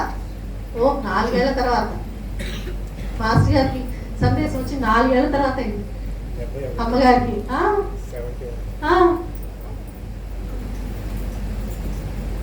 అంటే చెప్పకపోతే అలా ఉండిపోయేవాళ్ళు. ఇద్దరు రెడీగానే ఉన్నారు, నేను చేసుకునేవాళ్ళం. అమ్మగారికి కూడా కనిపించి చెప్పిన తర్వాత అప్పుడు ఆ వివాహం జరిగింది. ఎక్కడో ఉన్న పాకలపాటి గురువు గారికి అమ్మగారి పేరు తెలియనట్టు. ఇప్పుడు మనం చదువుకున్నాక వాళ్ళకి తెలియకుండా ఎలా ఉంటుంది అనిపిస్తుంది. కానీ అలా జరిగిన వివాహాలు మాత్రం లేవు చరిత్ర. అది ఎంతోమంది ఇప్పుడు మాస్టర్ చరిత్ర చూసిన తర్వాత నాకేమిటి జరిగింది, నేను ఆ ఇంట్లో పుట్టడం వల్ల అందరూ నాకు దాదాపుగా తెలుసు. ఎవరెన్ని రోజులు మన ఇంట్లో ఉన్నారు, ఎవరైనా ఎట్లా వచ్చారు, ఏ స్వభావాలతో వచ్చారు, వాళ్ళు ఏమో అభివృద్ధి పొందారు. సన్నిధిలో మనం చదువుతాం, వాళ్ళు వచ్చి ఏం పొందేళ్ళారు, వాళ్ళకి ఏం నేర్పించారు మాస్టర్, ఏ బెనిఫిట్ పొందేళ్ళారు, దాదాపుగా మన ఇంట్లో సన్నిహితంగా ఉన్న వాళ్ళందరూ తెలిసిపోతారు. కాబట్టి ఎవరో వచ్చి మాస్టర్ గారు ఇంట్లో ఉన్నారన్నా, మాస్టర్ ఇలా చెప్పారన్నా, అలా చెప్పారన్నా నాకైతే తెలుస్తుంది. చెప్తారా చెప్పరా తెలుస్తుంది. ఆ బెనిఫిట్ ఆ ఇంట్లో పుట్టడం వల్ల ఉంది. నాకు అది ఆబ్వియస్గా మహాత్ముల దగ్గర ఉండటం జరిగింది. అక్కడ పుట్టడం వల్ల ఎన్నో రకాల మనస్తత్వం వాళ్ళు రావటం, మాస్టర్ అంటే ఇష్టంతో రావటం, వాళ్ళ నుంచి శ్రేయస్సు పొందటం, ఉంటున్న వాళ్ళు ఉన్నారు, వెళ్ళిపోయిన వాళ్ళు ఉన్నారు. కానీ సహజంగా మనందరం మనుషులం కనుక మనలో ఉండేటటువంటి బలహీనతలు అన్నీ పనిచేసి అన్ని చోట్ల పనిచేస్తాయి. అందుకని ఏమవుతుంది, అసలు మా దగ్గరికి రాకుండానే ఉన్నామని చెప్పేవాళ్ళు తయారవుతారు. మాస్టర్ గారు ఫేమస్ అయ్యారు కదా, గుడ్డిగా నమ్మే మనం ఉన్నాగా. కాబట్టి ఏమవుతుంది, ఎవరేం చెప్పినా వినేందుకు రెడీగా ఉన్నాం. అట్లాగా రకరకాలుగా తయారైంది. మాస్టర్ చెప్పని విషయాలు చెప్పినట్టు, జరిగినట్టు. దాంతోపాటు మన ఇంట్లో ఉన్నట్టు లేనట్టు, 1 నెల ఉంటారు, 10 ఏళ్ళు ఉన్నామని చెప్తారు, 2 ఏళ్ళు ఉంటారు, 10 సంవత్సరాలని చెప్తారు, లేకపోతే అసలు ఉండరు, ఉన్నామని చెప్తారు. ఎంతమంది వచ్చి మిమ్మల్ని చిన్నప్పుడు పెంచా అంటారు. నేను చెప్తాను, ఎప్పుడు నాకు తెలియకుండా నన్ను ఎలా పెంచుతారండి చెప్పండి మీరు. కానీ అలా చెప్పేసుకుంటారు. ఇప్పుడు ఇంతమందికి ఇప్పుడు నేను వస్తున్నప్పుడు చాలా మంది మీ దగ్గరికి వచ్చారా, ఒకళ్ళు వచ్చి నాతో మిమ్మల్ని చిన్నప్పుడు పెంచానమ్మా నేను అన్నారనుకోండి, అప్పుడు నేను నిలబడి డిస్కషన్ పెడతానా? పెట్టనుగా. వేదం కూడా ఒప్పేసుకుని చూసారా, చూసి నవ్వారు. నేను నవ్వకేం చేస్తాను కదా. ఖచ్చితంగా అట్లాంటి సిచ్యువేషన్లోనే వాళ్ళు బయటకు వస్తారు. అట్లాంటి సిచ్యువేషన్లో అడుగుతారు, విడిగా వచ్చి కూర్చొని చెప్పానండి, చెప్పరు. వాళ్ళకి పక్కన వాళ్ళకి నిరూపించడం కావాలి. అట్లాంటివి ఎన్నో ఉంటాయి, ఎన్ని రకాల మనస్తత్వాలు వాళ్ళు ఉంటారు. కాబట్టి ఏమవుతుందంటే ఎక్కడికక్కడ మాస్టర్ గారిని సిన్సియర్గా ఫాలో అవ్వాలి, బాబాని సిన్సియర్గా ఫాలో అవ్వాలి అని ప్రయత్నిస్తున్న వాళ్ళకి ఇట్లా మిస్లీడ్ అవుతున్నటువంటి కేసు చాలా ఉంటుంది. ఉంటున్నాయనే విషయం కూడా నేను సత్సంగాలకు వచ్చినప్పటి నుంచే నాకు తెలిసింది. లేకపోతే నేను వాళ్ళందరినీ వర్షిప్ చేస్తున్నా ఒక రకంగా. మాస్టర్ గురించి ఎంత చెప్తున్నారు, ఎంతమంది ప్రభావితులు అవుతున్నారు అని అనుకుంటున్న తరుణంలో ఇట్లాగా తెలుస్తూ వచ్చింటున్నాను. అందుకని అమ్మవారు మాస్టర్ గారు ఎంత గొప్పవాళ్ళో తెలిస్తే తప్ప వాళ్ళ కంపారిజన్లో మిగతా వాళ్ళు నిలవరో తెలుస్తున్నారు.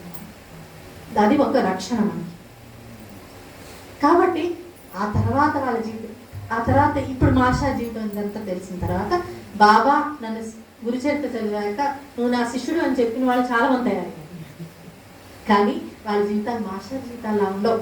తర్వాత మాస్టర్ ఏమైతే వద్దంటారో అవే చేస్తుంటారు. అవి మీరు ఎక్కడ అడుగుతారో అని ఆ గ్రంథాలు చదవలేదు. మిమ్మల్ని మాస్టర్ గారి సమాధికి వాళ్ళ పర్మిషన్తోనే వెళ్తే తప్ప వెళ్ళనివ్వరు. ఇవి గుర్తులు.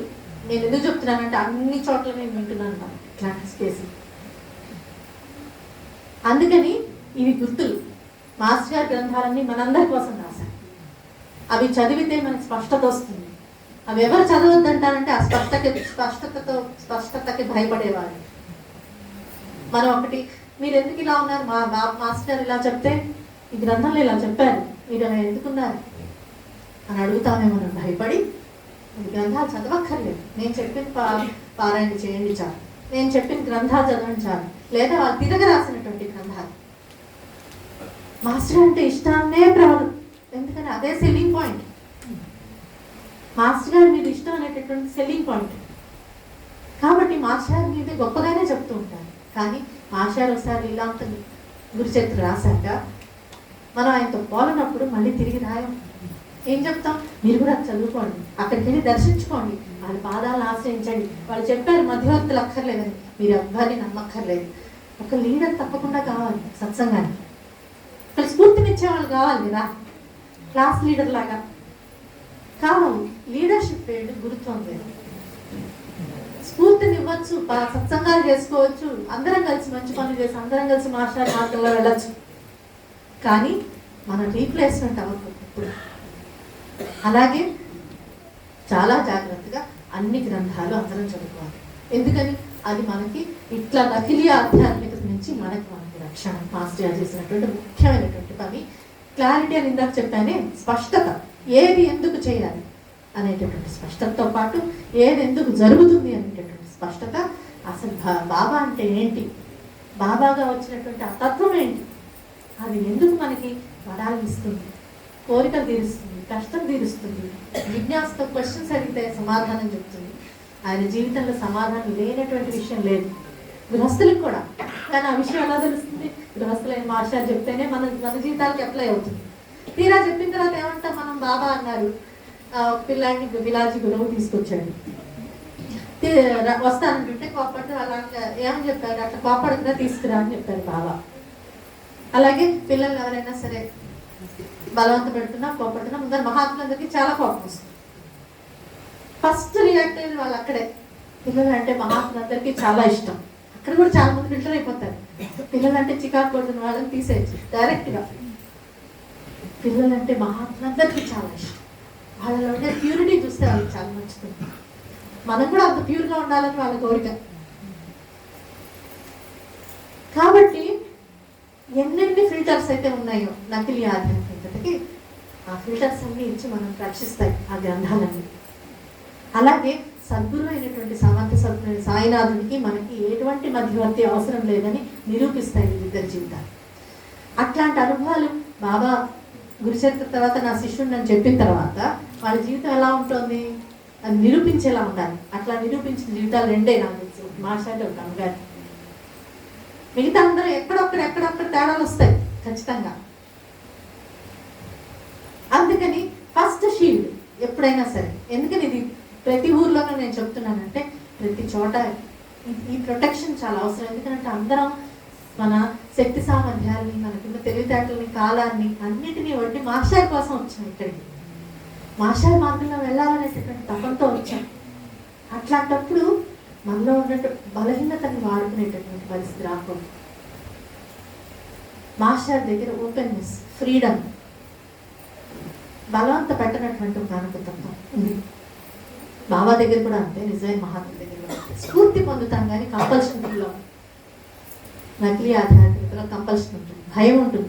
ఎందులో అమ్మో ఈయన చెప్పింది వినకపోతే ఏమైపోతాము అన్నట్టు ఉంటుంది. మహాత్ముల దగ్గర మనం చాలాసార్లు వాళ్ళు చెప్పింది చేయకుండా కూడా ఎక్స్పెరిమెంట్ చేసే ఫ్రీడమ్.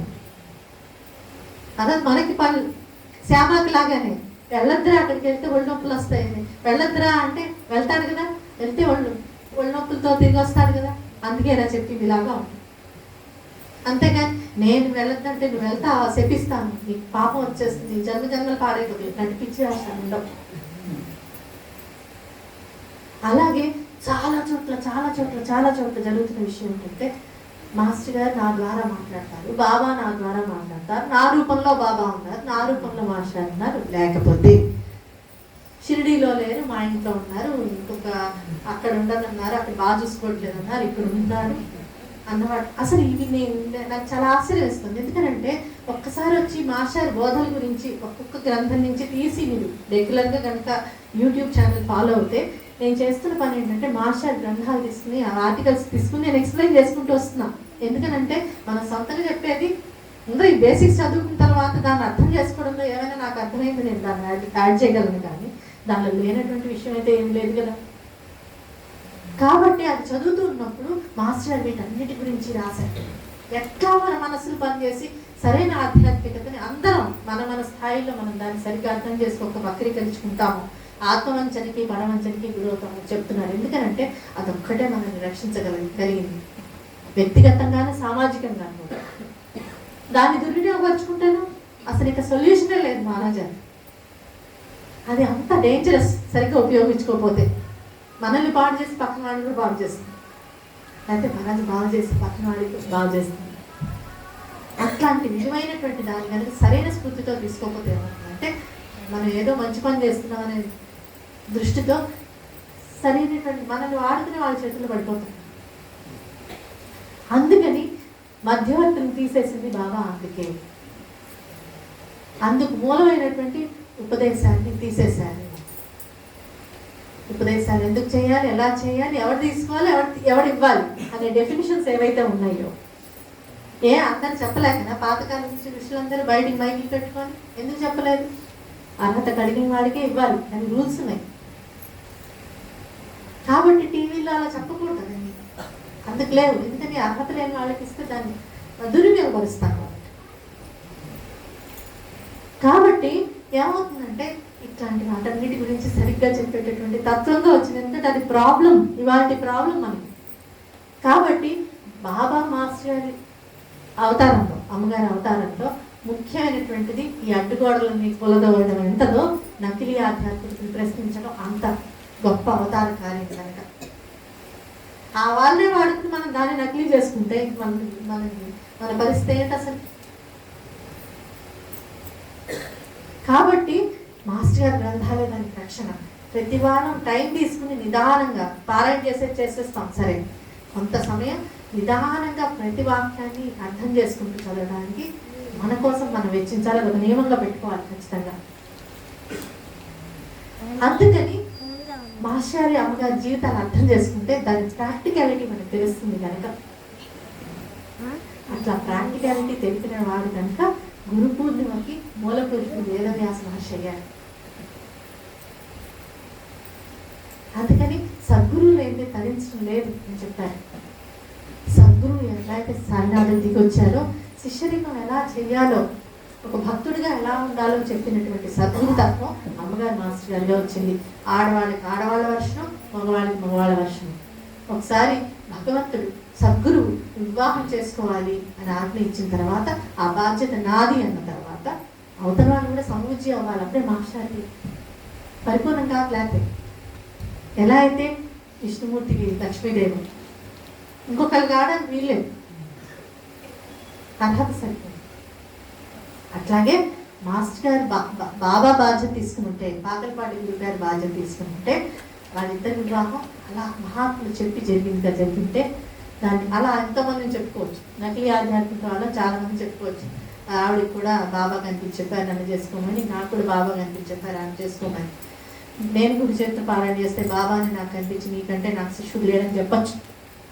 కానీ తర్వాత జీవితాలు ఎలా నిరూపించాయి అనే దాన్ని బట్టి ఆ స్టేట్మెంట్ కరెక్ట్గా కాదో చూసుకోవాలి. అట్లాంటి దుస్థితి కలిగిన రోజులు వచ్చాయి.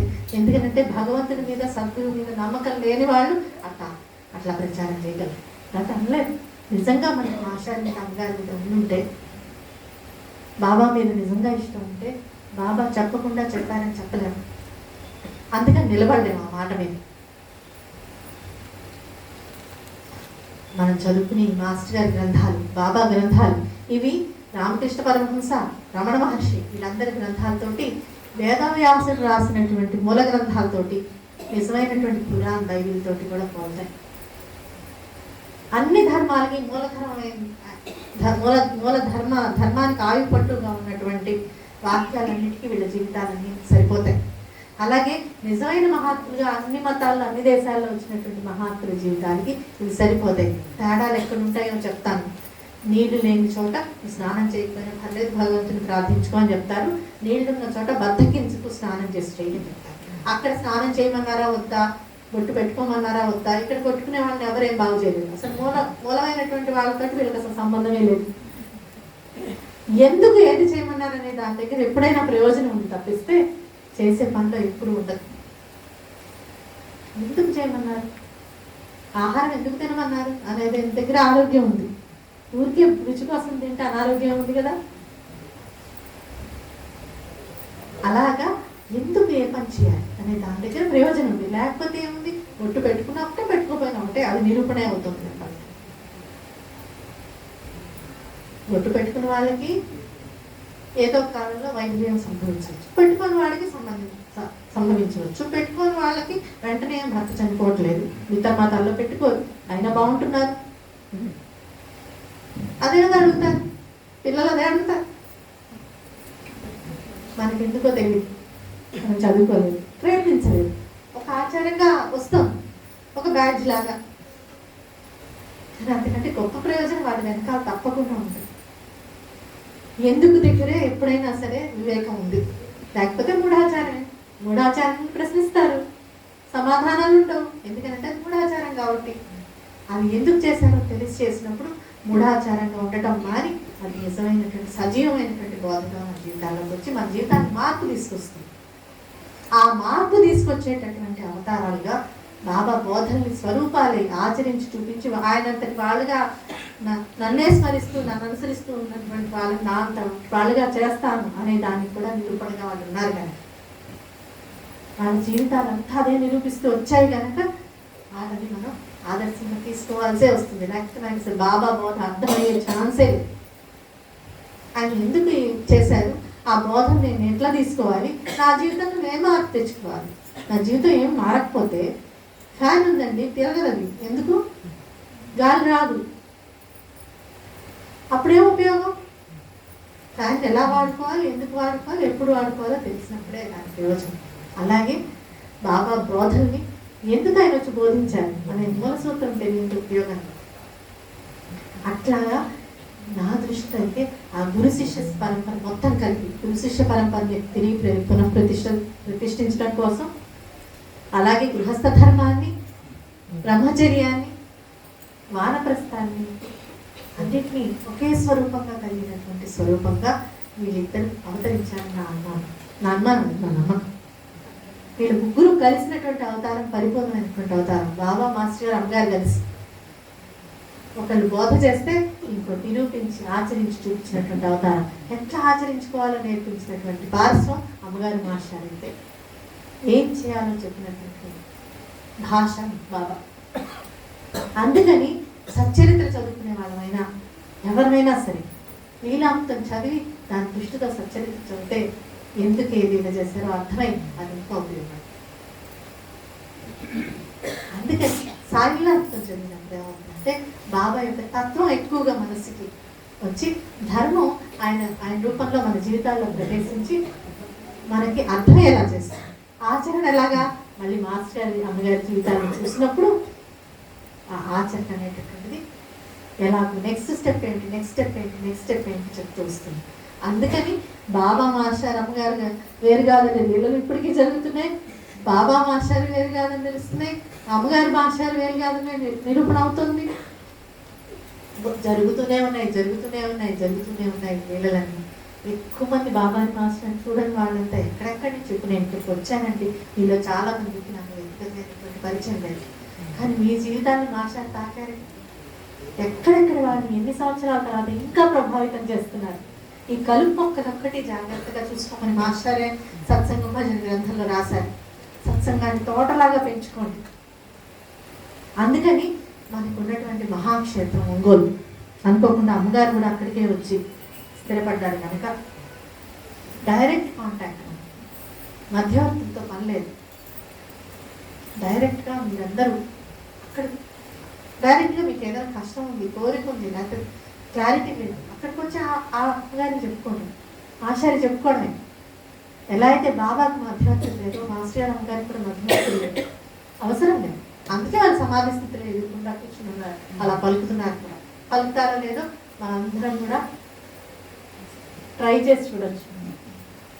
నిరూపణ అయ్యాకే నమ్ముదాం, లేకపోతే నమ్మద్దు. ఆ సిన్సియారిటీ పెట్టుకున్నాం కదా, వాళ్ళకి ఆ సామర్థ్యం లేకపోతే కదా. కాబట్టి మీరు ఎంత గొప్పవారో నాకు తెలియజేయండి, ప్రార్థించండి. దానికోసం పారాయణ చేయండి. ఎన్ని కోరికలు పారాయణ చేయట్లేదు, ఒక్కసారి తిప్పుకోలేకుండా వాళ్ళు ఎంత గొప్పవాళ్ళో తెలిస్తే ఎంత ఎంత క్లారిటీ వచ్చేస్తుంది జీవితంలో. కాబట్టి అందరం ఇప్పుడు ఎన్నెన్నో క్షేత్రాలు దర్శిస్తూ ఉంటాం. మనకి దొరికినటువంటి మహాక్షేత్రం ఒంగోలు. మాస్టర్ గారు అమ్మగారు అక్కడ కొలువై ఉన్నారు.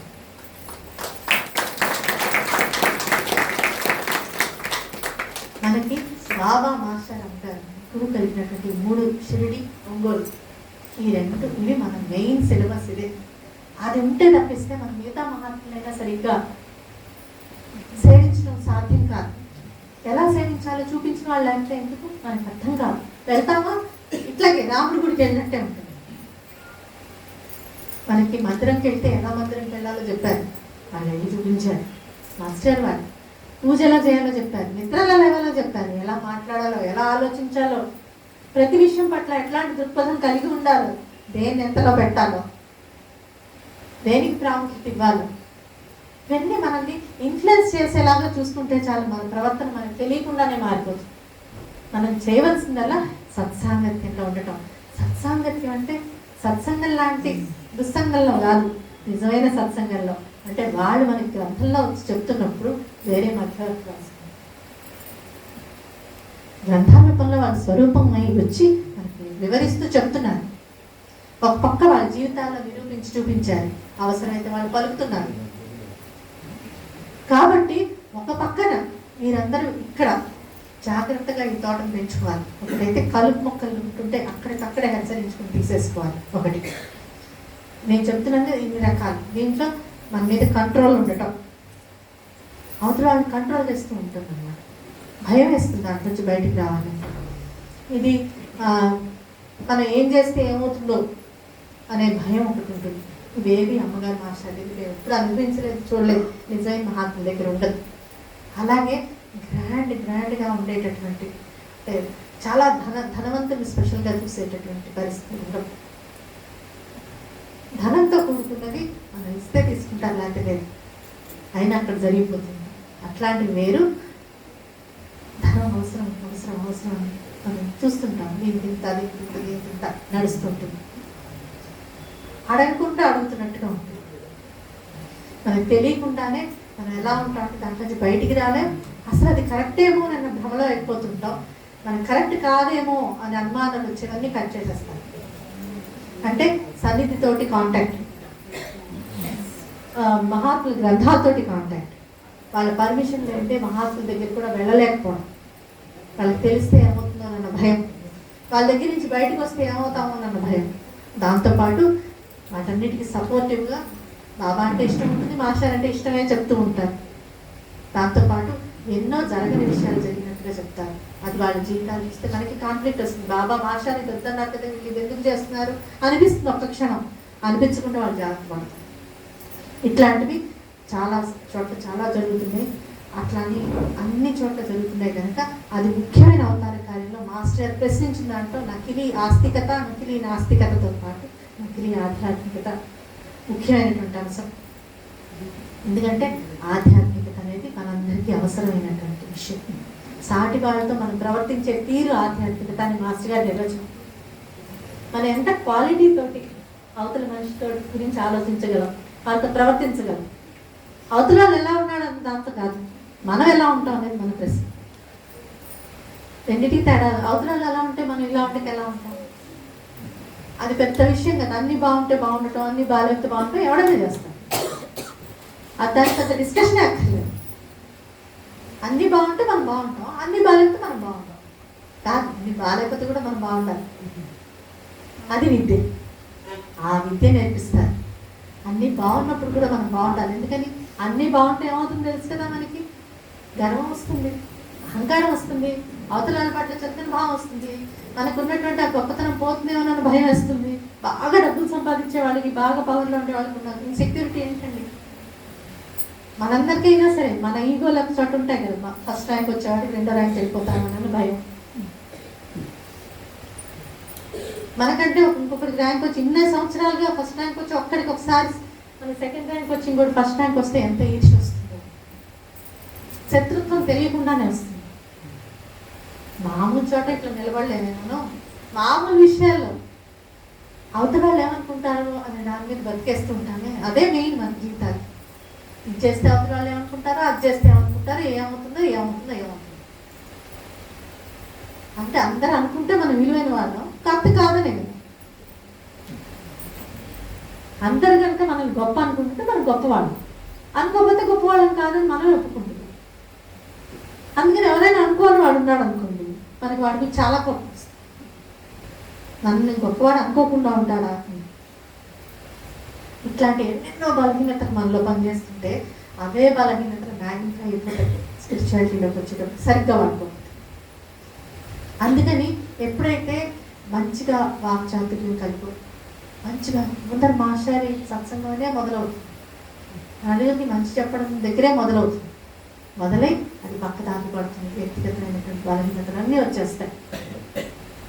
ఇది కాక ఇంకొకటి నేను చాలా వింటున్నాను ఏంటంటే, బాబా చరిత్రలోని క్యారెక్టర్లు ఉంటాయి కదా, అయితే మాస్టర్ జీవితంలో క్యారెక్టర్లు ఇప్పుడు ఇంకా ఉన్నారు కాబట్టి వాళ్ళ క్యారెక్టర్లు చెప్పలేదు. మాస్టర్ జీవితంలో ఉన్న క్యారెక్టర్లు ఇంకా బతికే ఉన్నారు కాబట్టి బాబా చరిత్రలో క్యారెక్టర్లు ఉంటాయి.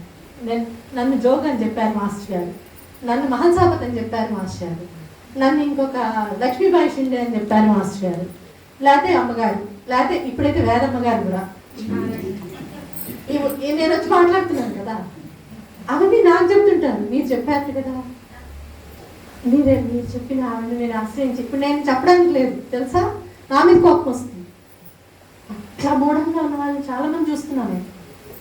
మనం చెప్పామనుకోండి, మాస్టర్ ఇలా చేయొద్దన్నారు కదా, మాస్టర్ అలా ఎందుకు చెప్తారు, చెప్పరే అన్నాను అనుకోండి, మీకు తెలియదులేండి. వాళ్ళు ఏం చెప్తారు తెలుసా, చిన్నపిల్లలు వాళ్ళకేం తెలుసు, వాళ్ళు 12 ఏళ్ల లోపే ఉన్నారు, మాకు చెప్పిన విషయం వాళ్ళకెలా తెలుసు అంటే, నిజమేగా మేము 12 ఏళ్ల వాళ్ళు, నిజమే. కానీ మా నాన్నగారు ఏం చేస్తారో ఏం చేయరో మా అమ్మగారిని చూస్తే తెలుసు.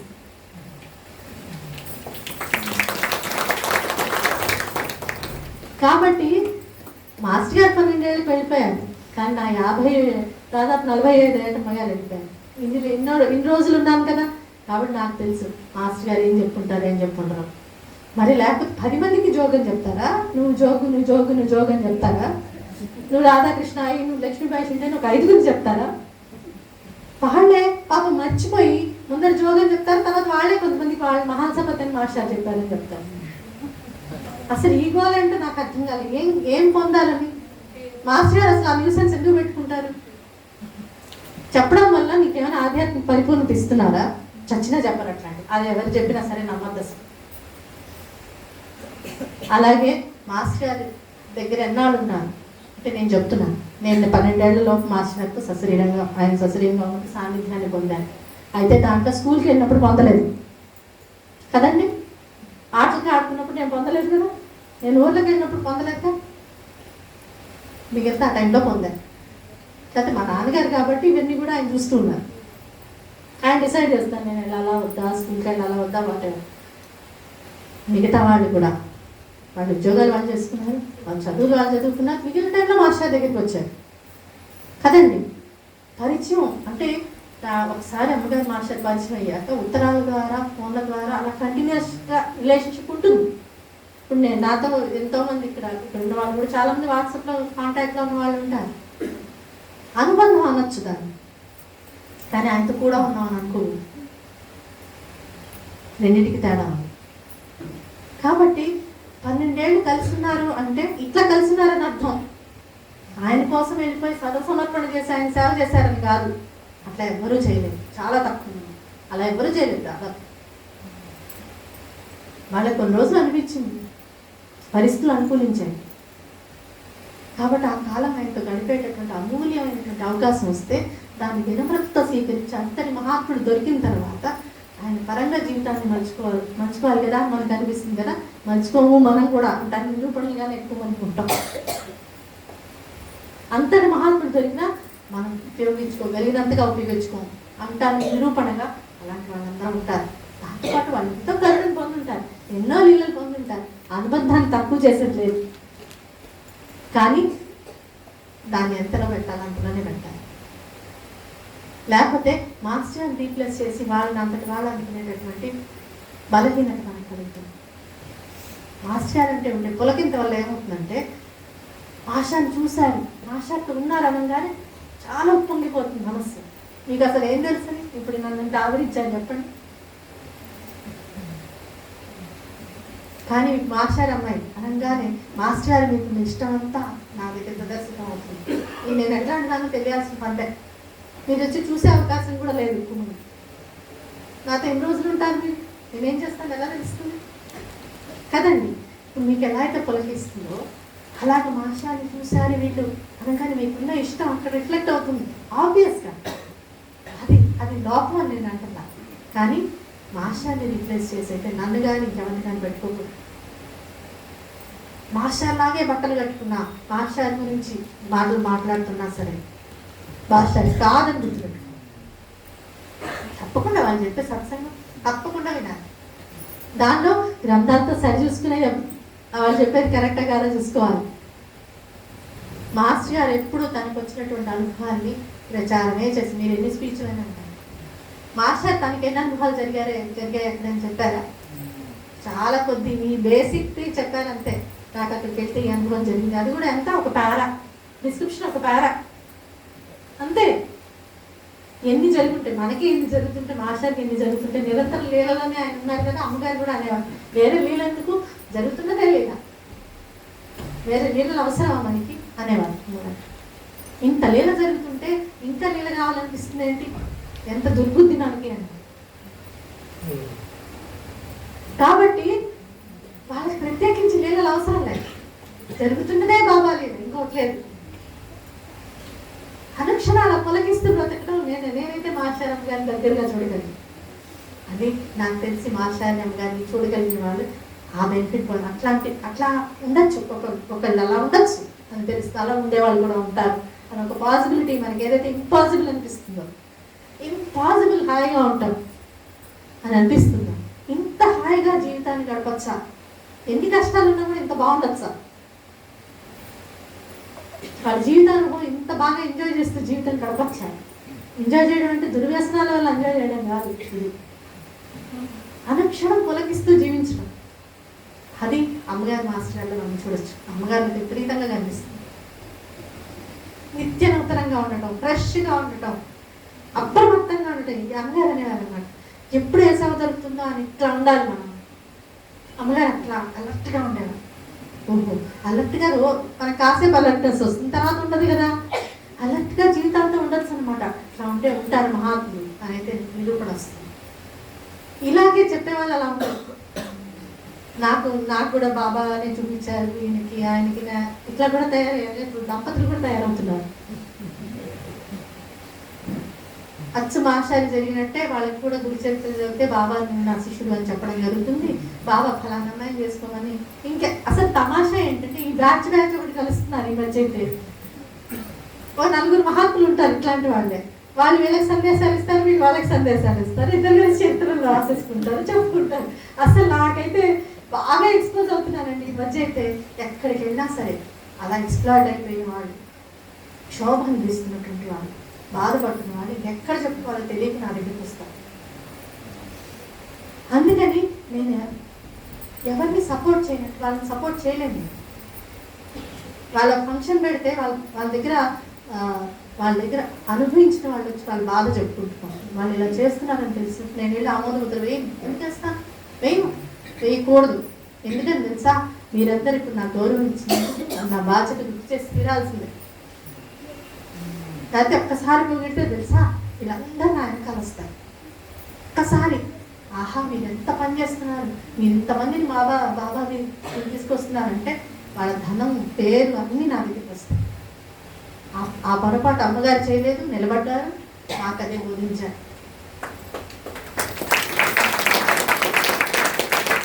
కాబట్టి మన సిన్సియారిటీ ఎక్కడ ఉండాలంటే మనం పొరపాటు పడుతుంటే పక్కన వాళ్ళు పొరపాటు పడుతుంటే జాగ్రత్త పడాలి.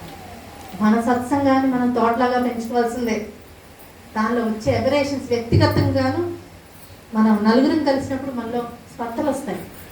స్పర్ధలు వచ్చినప్పుడు సామరస్యంతోనూ, నిజంగా స్పర్ధలు లేకుండా జాగ్రత్త పడటంలోను, అలాగే సత్సంగం ఎందుకైతే ఉందో ఆ సత్సంగం యొక్క ప్రయోజనం పొందడం కోసం అందరం కమిట్ అయి ఉండటం, దానికోసంగానే మాస్టర్ గ్రంథాలను ఆలంబనగా చేసుకుని స్పష్టత పెంచుకుంటూ పోవడానికి సత్సంగం చేసుకుంటూ ఉండటం. తరచుగా అక్కడికి వస్తూ సన్నిధితో టచ్లో అక్కడ జనరల్గా నేను ఆదివారాలు సన్నిధిలో ఉంటాను. మీకున్న డౌట్స్ మీరు చాలా చక్కగా సత్సంగం చేసుకోండి. ఏ డౌట్ అయినా పర్వాలేదు, వీటిలో ఏ డౌట్ అయినా పర్వాలేదు, నేను చెప్పిన దాంట్లో ఏ డౌట్ అయినా పర్వాలేదు. నాకు చక్కగా వాట్సాప్ మెసేజ్ పెట్టుకోవచ్చు, లేదా అందరూ ఒక పేపర్ మీద రాసుకొని నాకు ఒక మెసేజ్ పంపించండి. మీకు ఇట్లాంటి డౌట్లు ఉంటే కూడా మాస్టర్ ఇలా చెప్పారా, ఇలా చేయడం మాస్టర్ మాత్రమేనా కాదా, నాకు తెలిసినంతలో నేను చెప్తాను. నేను ఇప్పుడు చెప్పిన సత్సంగాన్ని కూడా మీరు మాస్టర్ గారి గ్రంథాలతో సరి చూసుకునే వినండి. ఎందుకనంటే నేను మాస్టర్ గారిని కాను, ఆత్మానుభూతి కలిగిన దాన్ని కాను. ఆ గ్యాప్ ఎప్పుడు నాలోనే ఉంటుంది, అట్లా చెప్పేవాడు అందరిలోనే ఉంటుంది. అది సరిగ్గా తీసుకోకపోవడం ఆ గ్రంథాలను చూసుకుని వేదం చెప్పింది ఇది కరెక్ట్ కాదని మీరు తెలుసుకోవాల్సింది. లేకపోతే మీ జుట్టు మళ్ళీ నా చేతికి ఇచ్చినట్టు, నా బలహీన మేమే పనిచేస్తే మీరేం చేస్తారు? ఏం చేయలేదు. పైగా నాకు మాస్టర్ అమ్మాయి అని స్టాంప్ కూడా ఉంది. ఎక్స్ప్లాయిట్ చేయడం చాలా తెలుసు. ఎందుకని అటు పోకూడదంటే ఆయన ఇచ్చినటువంటి మనకి ఇచ్చినటువంటిది ఎంత అమూల్యమైందో తెలిస్తే దాన్ని కాపాడుకోవడం అంత ముఖ్యమని తెలుస్తుంది. అది ఎంత స్పష్టంగా తెలుస్తుందో అంత స్పష్టంగా మనం తప్పు మార్గం తొక్కకూడదు. ఒక పక్క మహత్తరమైన ఆపర్చునిటీ కనిపిస్తుంటుంది. ఎట్లాగా 10 మంది మాస్టర్ పేరుతోనే మిస్లీడ్ చేస్తున్నారు ఉన్నారు. వందల మంది వాళ్ళ దగ్గరికి వెళ్తున్నారు, ఇన్ఫ్లుయెన్స్ చేయగలరు కనుక చేస్తున్నారు. మంచి వాక్చాతుర్యం ఉండొచ్చు, మంచి లీడర్షిప్ క్వాలిటీస్ ఉండొచ్చు, మంచి సత్సంగం చేసే సామర్థ్యం ఉండొచ్చు, నలుగురిని కలిపి మంచి పనులు చేయించే వీటిలో ఏదో ఒకటి ఉండబట్టే వాళ్ళు మొదట్లో మాస్టర్ మీద ఇష్టంతోనే సత్సంగం మొదలు పెట్టుంటారు. వాళ్ళకే తెలియకుండా అక్కడ జరిగే అనుభవాల వల్ల వాళ్ళు గొప్ప వాళ్ళని పక్కన వాళ్ళు ముందర వాళ్ళని పాడు చేసేది. ఆ తర్వాత వాళ్ళే అనుకోవడం మొదలుపెట్టి ఇంక అక్కడి నుంచి మొదలవుతాయి. అన్ని చోట్ల అదే జరిగేది. కాబట్టి ఏమవుతుందన్నమాట, ఈ గందరగోళంలో ఏమవుతుందన్నమాట, వాళ్ళందరూ స్టాంప్ కోసం చూస్తారు.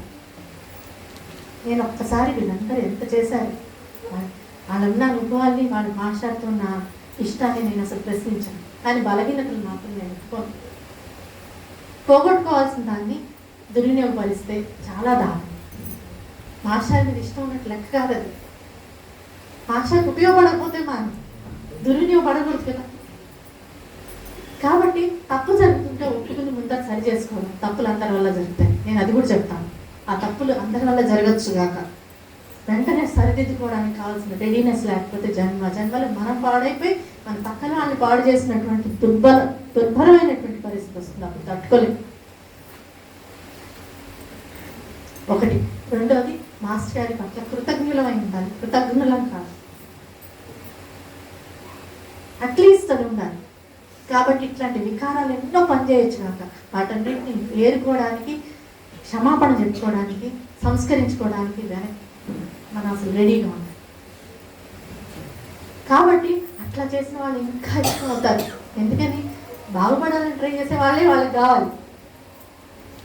అందుకని మాస్టర్ని చాలా మంది తిట్టిన వాళ్ళు వెనక్కి తిరిగి వస్తే వాళ్ళంతగా ఆదరించేవాళ్ళు. అసలు పాత ప్రశ్నించేవాళ్ళు కాదు, ప్రశ్నించరు.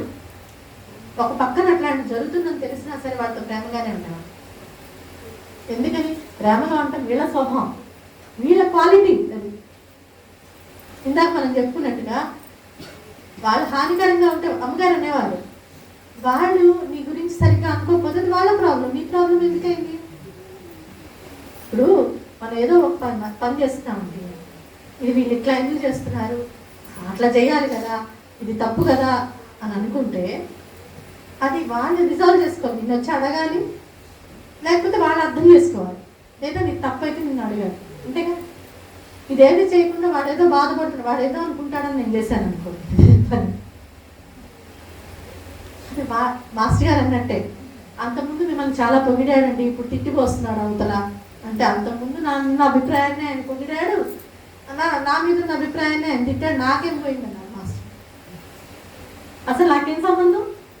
అందుకు మాస్టర్ చాలా గొప్పవాడు అనుకున్నాడు కాబట్టి పొగిడాడు, కాదనుకున్నాడు కాబట్టి తిట్టాడు. వాడు అనుకోవడానికి తిట్టడం పొగడడం చేస్తున్నాడు కానీ నన్ను కాదు కదా. ఈ సింపుల్ లాజిక్ తీసుకుంటే మన జీవితంలో సగం న్యూసెన్స్ పోదండి, పోతుంది కదా. అట్లాగా వాళ్ళకి అసలు ఏం అంటాం కాబట్టి మనం చిన్నపిల్లలు ఏదో తప్పు చేస్తూ ఉంటే ఎట్లా ఉంటుంది మనకి, అలాగే ఉంటుందని నా నమ్మకం. కాబట్టి అలాగే ఉంటుంది వాళ్ళకి, తెలుసుకుంటాడులే, చెప్తాడులే, మనం నేర్పించడానికి ట్రై చేద్దాంలే, ఎప్పుడు ట్రై చేస్తూనే ఉంటారుగా వాళ్ళు, ఇప్పుడు ట్రై చేస్తూ ఉంటారు. అందుకని నేను అప్పుడే చెప్పాను, నువ్వు వెళ్ళిపోతానని చెప్పాను, వెళ్ళిపోయి మళ్ళీ వస్తావా, అప్పుడంతా నన్ను ఇలా తిడతావా, ఇట్లాంటి మనకైతే అవన్నీ వస్తాయి. అంతకుముందైతే నన్ను ఇప్పుడు తిట్టావు కానీ ఇప్పుడు తిరిగి వస్తావా, బాగా అయిందా నీకు అంటాము. అలా అంటున్నాను. ఎందుకని అలా మారి రావటమే అలా కాదు. ఆ మార్పు వల్ల వాళ్ళకి శ్రేయస్కరంగా మనకి కావాలి. ఇందాక చెప్తున్నట్టుగా పారాయణ మనకి శ్రేయస్కరంగా కాబట్టి పారాయణ, వాళ్ళకేం ఉరికేది లేదు. మనం చేసే సేవ మనకి శ్రేయస్కరంగా, మన సత్సంగం మనకి శ్రేయస్కరంగా, మనకి మంచి విషయాలు విని మాట్లాడి చేసేటటువంటి ఒక సమాజం కావాలి. అది మనం తోటలాగా పెంచుకోవాలని మాస్టర్ చెప్పారు. సత్సంగం భజన గ్రంథం మీరు ప్రతి సత్సంగం ఏదో గ్రంథం తీసుకోండి, అది నిదానంగా ప్రశాంతంగా చదువుకోండి. ఒక పారానే ఇందులో ఏం చెప్పారు అసలు మాస్టర్ గారు అని డిస్కస్ చేసుకోవడానికి పెట్టుకొని ప్రతి గ్రంథంలో ఒక నెల 2 నెలలు అయిన తర్వాత మళ్ళీ సత్సంగం భజన చదువుకోండి. దాని ప్రకారం సత్సంగాన్ని సెట్ చేసుకోవడం. దానిలో ఏ వికారాలు వస్తాయి, ఎందుకు వస్తాయి, ఏం జరుగుతుంది అంతా రాశారు మాస్టర్. మన మనసులో ఎలా పనిచేస్తుంది, ఇద్దరం కలిసినప్పుడు ఏం ప్రాబ్లమ్స్ వస్తాయి, 10 మంది కలిస్తే ఏం వస్తాయి, ఎట్లా బిహేవ్ చేయాలి అన్నీ రాశారు మాస్టర్. అవన్నీ పరంగా మనం సత్సంగాన్ని సెట్ చేసుకోవడం, కలుపు మొక్కలు ఎలా తీసుకోవాలి చెప్పారు. వీటన్నిటిని ఆచరణలో పెట్టుకుంటూ ఆ తోటను పెంచుకుంటూ ఉంటే చక్కటి సమాజం. ఇప్పుడు ఇక్కడ ఉన్నా నాకు తెలిసి ఇక్కడ 78 ఎంతమంది ఉంటారు, 150 ఉన్నారు. 150 మంది కలిస్తే ఎంత శక్తి అండి, సరైన వ్యక్తి కలిస్తే ఒక్క చిన్న పని ఎంత మార్పు తీసుకొస్తుందో. ప్రాక్టికల్గా కూడా మనం చేయాలి. మాస్టర్ గారు బాబా మనం ఎంత బాగా చూసుకుంటున్నందుకు కానీ మనం తిరిగి వాళ్ళని అంత బాగా చూసుకోవాలి. కాబట్టి ఖచ్చితంగా పట్టించుకోవాలి. మాస్టర్ గారు సేవలు సరిగ్గా జరుగుతున్నాయి, పట్టించుకోవాలి. ఇక్కడే కాదు, ఒంగోలు బాగా జరుగుతున్నాయి, పట్టించుకోవాలి. డబ్బులు ఇవ్వడం అందరిస్తారు, పట్టించుకోలేము, పట్టించుకోవాలి. నైవేద్యం బాగా జరుగుతుందా, అక్కడ సేవ బాగా జరుగుతుందా, మనం ఏం చేయగలం, అమ్మగారి దగ్గర బాగా జరుగుతుందా, వాళ్ళని సమాధి చేసుకుంది మనం, వాళ్ళు మనల్ని ఏం అడగల. ఏ ప్రామిస్తో చేసుకున్నాం, మీ సాన్నిధ్యం మాకు కావాలి, మీ సమాధి దగ్గరికి వచ్చి మేము మీ అండ మాకు కావాలి, మేము వచ్చి సేవించుకోవాలని మనం చేసుకున్నాం కదండి. మన కోసం మనం చేసుకున్నాం, మన ప్రేమ అక్కడ వ్యక్తం అవ్వాలి. అది మన మూల క్షేత్రాలు. ఎట్లా అయితే మనం తిరుపతిలో స్వామికి బాగా జరగాలనుకుంటాం, షిరిడిలో బాబా బాగా జరగాలనుకుంటాం, మనకు ఆ బాబాని మనకు అందించిన మాస్టర్ గారి దగ్గర చక్కగా జరిగేలాగా చూసుకోవడం మనందరి బాధ్యత. మనందరం వాళ్ళ ప్రయోజనం పొందుతున్నాం కదా, జీవితంలో స్పష్టత పొందుతున్నాం కదా. అన్ని విషయాల్లో నేనంటే నేను మంచి పనులకి ముందుకు రావాలి, చెడ్డ పనులకి ఇది కాదు మాస్టర్ చెప్పిన ప్రేమతో అవతల వాళ్ళని చెప్పుకోవాలి. మన శక్తియుక్తులన్నింటినీ వాడి సంస్కరించుకోవాలి తప్పిస్తే మన ఈగోలకు పోయి కొట్టుకోవాలి. అది రెండో విషయం. మనకి అవతలాళ్ళు మాస్టర్ పరంగా లేరంగానే కోపం వస్తుంది. కోపం కాకుండా రిపేర్ కదా కావాలి. కాబట్టి సామరస్యంతో చెప్తే సగం మంది, ఈగో హర్ట్ చేయకపోతే సగం మంది వింటారు. ఈగో హర్ట్ చేస్తే మాత్రం వినేవాడు కూడా వినడం. మన ప్రయోజనం మాస్టర్ మార్గంలో అందరూ కలిసి నడవడం, అది మర్చిపోకూడదు. కాబట్టి మాస్టర్ రాస్తారు, ప్రేమగా సాటి వారి దుర్గుణాలని, వాళ్ళు చేసేటటువంటి బిహేవియర్ ఇష్యూస్ని ప్రేమగా చెప్పుకోవడానికి ప్రయత్నం చేయాలి. ప్రైవేట్గా వాళ్ళు చేసిన మంచి పనులని 10 మందిలో చక్కగా చెప్పుకోగలగాలి. డైరెక్ట్ మీ బాబాకి ఇట్లా సేవ చేస్తున్నారు, బాబాకి అట్లా సేవ చేస్తున్నారు, వీళ్ళ వల్ల ఇంత మంచి పని జరిగింది చెప్పుకో. వాళ్ళ వల్ల ఒకటి ఏదైనా ఉంటే అట్లా కాదు ఇట్లా అనేది ప్రైవేట్గా చెప్తాం, మనం రివర్స్లో చేస్తాం మామూలు. అందువల్ల ఏమవుతుంది, సమస్య తీరడం కంటే కాంప్లికేట్ అయిపోతూ పోతుంది. కాబట్టి ఈ కలుపు మొక్కల విషయంలో కూడా అంతే. ఈ కలుపు మొక్కల విషయంలో కూడా సామరస్యతతోటి మన సాటి వాళ్ళని మనం రక్షించుకోవాలి. అలాగే వాళ్ళకు కూడా తెలియజెప్పాలి, మీ వల్లే మేము ఇంత మాస్టర్ గురించి తెలుసుకున్న వాళ్ళం, కానీ ఈ విషయాలు మాస్టర్ పరంగా లేవు. మనం మాస్టరే కలుపు మొక్కలు తీసేసుకోమన్నాను కదా, తప్పులు అందరం చేస్తాం, మారడానికి అందరం రెడీగా ఉన్నాం కదా, ప్రయత్నించచ్చు తప్పకుండా. కాబట్టి మన ఉద్దేశం కరెక్ట్గా ఉంటే ప్రొసీజర్ కూడా మనకి వివేకంగా జరుగుతుంది. లేకపోతే అది కూడా అవివేకంగా చేసి గందరగోళం పడతాం, స్పర్ధలు పెరిగిపోతాయి. అందుకంటే ఒక పెద్ద గోడలు వచ్చేస్తాయి. అందుకని వస్త్రధారణ దగ్గర నుంచి, మాట్లాడడం దగ్గర నుంచి అన్ని విషయాల గురించి అక్కడ సత్సంగంలో ఎలా ప్రవర్తించాలో సత్సంగం భజన గ్రంథంలో మాస్టర్ వివరంగా రాశారు. వాటిని తూచా తప్పకుండా పాటించడానికి ప్రయత్నం చేయాలి. దానికి ఆలంబనగా మనకి నెల దాదాపుగా సంవత్సరం అంతా విశేషమైనటువంటి కార్యక్రమాలు వస్తూనే ఉన్నాయి. మాస్టర్ రేపు కళ్యాణోత్సవం వస్తుంది, నెక్స్ట్ ఫిబ్రవరి 9 వస్తుంది, నెక్స్ట్ కళ్యాణోత్సవం వస్తుంది, నెక్స్ట్ మనకి సమాధి చెందిన రోజు వస్తుంది, మళ్ళీ అమ్మగారి కార్యక్రమాలు జరిగి వస్తాయి, బాబా వస్తే విజయదశమి, గురు పూర్ణిమ లాంటివి వస్తాయి. మనకి ఎప్పటికప్పుడు ఇక్కడి నుంచి ఇక్కడికి ఇలా ఉందాం, ఇక్కడి నుంచి ఇక్కడికి ఇలా ఉందాం, ఇలా చేసుకుందాం, ఈ లోపల ఇలా దీక్ష చేసుకుందాం, ఇలా చేసుకోవచ్చు. చక్కగా అందరం కలిసి గ్రంథం చదువుకుందాం. ఇట్లా సద్వినియోగపరుచుకుంటూ ముందుకెళ్తూ మనకి సన్నిధి దగ్గరికి వచ్చి అట్లా దర్శనం చేసుకునేటం తప్పని వాళ్ళు తప్పనప్పుడు చేసేదాన్ని. ఎలా కాస్త వెళ్ళి స్థిమితంగా ప్రెజెన్స్ని అనుభవించేలాగైతే అనుభవం అవుతుంది. చూడండి, ఆ అనుభవం కోసం వెళ్ళాలి. అందుకని షిరిడీ క్షేత్ర సందర్శనం లాంటి గ్రంథాలు చదివినప్పుడు క్షేత్రాన్ని ఎట్లా దర్శించుకోవాలో చదువుకుని మాస్టర్ గారి దగ్గరికి వచ్చినా, అమ్మగారి దగ్గరికి వచ్చినా సరే అలా రావడానికి ప్రయత్నం చేసి అక్కడికి వచ్చి మనం ఉపయోగపడాలి. కంప్లైనింగ్ ఆడపెళ్లి వాళ్ళు మగపెళ్లి వాళ్ళని ఇంకే గారు చెప్పినట్టుగా మగపెళ్లి వాళ్ళలా కాకుండా మనం అక్కడ ఎందుకు ఉపయోగపడతాం, ఏం ఉపయోగపడతాం అనే దాన్ని రావాలి. వచ్చి అక్కడ సేవ చేసుకోవాలి. మన అమ్మగారు, మన మాస్టర్ గారు, వాళ్ళందరికీ తల్లిదండ్రులు. ఎందుకంటే వాళ్ళ దగ్గర నుంచి మనం నేర్చుకుని ఈ గృహస్థులమైన వాళ్ళమే కదా అందరం. ఎవరం సన్యాసులు కాదు, బ్రహ్మచారిగా ఉండిపోయే వాళ్ళం కాదు. బ్రహ్మచారిగా ఉండిపోయినా ఆయనే మార్గదర్శకత్వం, వేరే రకంగా ఛాన్స్ లేదు మనకి. కాబట్టి వాళ్ళు ఇవ్వదలుచుకున్న బోధన అందుకోవడానికి వాళ్ళతో డైరెక్ట్గా లింక్ పెట్టుకోవడం చాలా అవసరం. కాబట్టి అందరూ ఆ గ్రంథాలన్నీ జాగ్రత్తగా చదువుకుంటూ, ఆ గ్రంథాల్లో పరంగా జీవితాన్ని మలుచుకుంటూ, దాంతోపాటు సత్సంగాన్ని మన లోపల, మన క్వాలిటీ, మనకు వచ్చే ఆలోచనల దగ్గర నుంచి ప్రభావాన్ని జాగ్రత్తగా చూసుకుంటే ఆలోచనలు సరిగ్గా వస్తాయి. రోజులో మనం ఎలా గడుపుతామో దాన్ని బట్టి మనం ఆలోచిస్తాం. ఎవరితో తిరుగుతామో వాళ్ళలా తయారవుతాం. కాబట్టి మనం కాన్షియస్గా తెలియగలిగినటువంటి వాళ్ళం కనుక ఎవరితో ఎంతసేపు తిరగాలి, ఎవరికి ఎంత ప్రాధాన్యత ఇవ్వాలి, ఎట్లాంటి ప్రభావాలు మన లోపలికి రావాలి అనే దానికి మహాత్ముల సన్నిధి కంటే గొప్ప సత్సాంగత్యం లేదు. కాబట్టి మనం ఒక్కళ్ళమే ఉన్నప్పుడు రోజంతా బాబా మాస్టర్ గారి సన్నిధిని అనుభవిస్తూ ఉంటే అంతకు మించి సత్సంగం లేదు. అందుకే మనం చేసే ప్రతి పని పొద్దున్న లేచిన దగ్గర నుంచి, పొద్దున్న లేచి నమస్కారం చేసుకున్నాం, ఒక రోజు నా జీవితంలో ఇచ్చావు, ఈ రోజంతా నీ స్మరణలో, నీ సేవలో గడిపేలా చేయి అని చెప్పి నమస్కరించుకుని ప్రతి పనిని ఎలాగా బాబా సేవగా మలుచుకోవాలో మాస్టర్ చెప్పింది స్మరించుకుంటూ అలా జీవితాన్ని గడుపుకుంటూ ఉంటే మన మనస్సుకి క్వాలిటీ మారుతుంది. ఒక డైరెక్షన్ వస్తుంది. వాళ్ళు ఏం ఆలోచించాలి, నేను ఏం డైరెక్షన్ ఇవ్వకపోతే దాని ఇష్టం, డైరెక్షన్ ఇచ్చి దాన్ని నేర్పించుకోవాలి. అలాగే మనం చేసే ప్రతి పనిని సేవగా మార్చుకోవడం మాస్టర్ గారి మార్గం. అప్పుడు జీవితంలో సాధన ఒక భాగంగా ఉండటం మారి సాధనలో జీవితం ఒక భాగం. అప్పుడు వచ్చేటటువంటి అంటే మనం రొటీన్గా చేసే పనుల పట్ల మన దృక్పథం మార్చుకోవడం ద్వారా పనులను సేవగా మార్చేసుకోవడం. నైవేద్యం చేయడం అన్నం వండుకోవడం కాదు, ప్రసాదం తింటాం భోజనం చేయటం కాదు,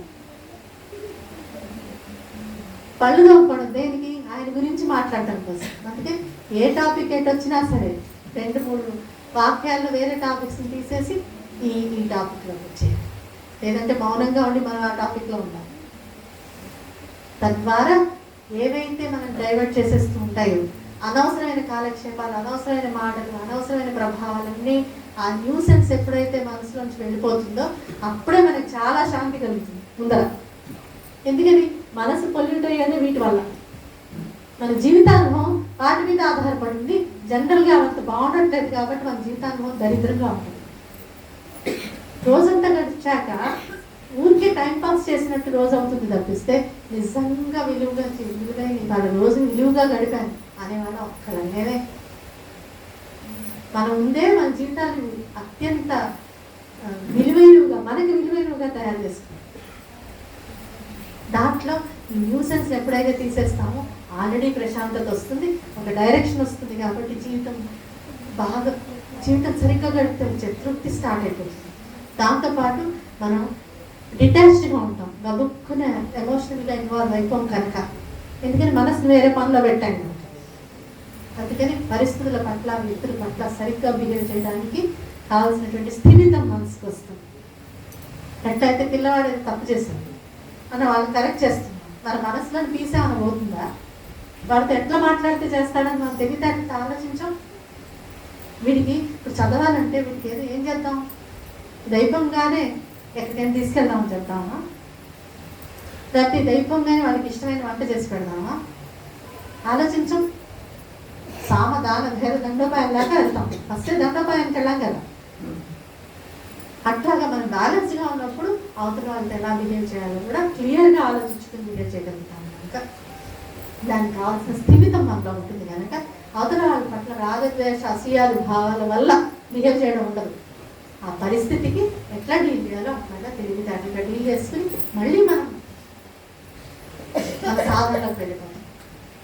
అసలు దానివల్లనే ఎప్పుడైతే జీవితపు పరిస్థితుల కంట్రోల్ మన మనసు మీద పోతుందో మన కంట్రోల్ వాటి మీదకి వచ్చేస్తాం.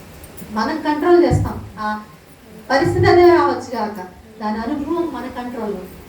ఇందాక మనం చెప్తున్నట్టు అతను తిట్టి వెళ్ళిపోతాడు, దాని పట్ల ఎట్లా తీసుకోవాలి మనం డిసైడ్ చేసుకుని డీల్ చేస్తాం. డిసైడ్ చేసుకోవడంలోనే దాని నుంచి మనం డిటాచ్ అయిపోయి ఉన్నాం. వాడేదో అనుంటాడు, అది గాలిపోయాడు అనుకుంటాం, లేదా వాడు ఏదో ఇప్పుడు మూడు బాగాలేదు, మొన్నటాకు బాగానే ఉన్నాడుగా అనుకుంటాం. పాపం వాడి పరిస్థితి బాగాలేదు, అదేదో అనుకుంటాడులే అనుకుంటాం. అంతేగాని వాడు అలా అంటాడా? మన మనసును పాడు చేస్తే తెలివి తక్కువ పట్ల అని. ఎందుకని మన జీవితానుభవం మనకి ఉన్నది ఒకటే జీవితం. దానిలో మన జీవితానుభవం మనకు బాగాలేకపోతే ఇంకెందుకు? నిజంగా పెద్ద కష్టం వచ్చింది అనుకున్నాం, అప్పుడు ఎటు తప్పదు. కష్టాలు కూడా బాధపడి భయపడి ఇవన్నీ కష్టాలు కదా.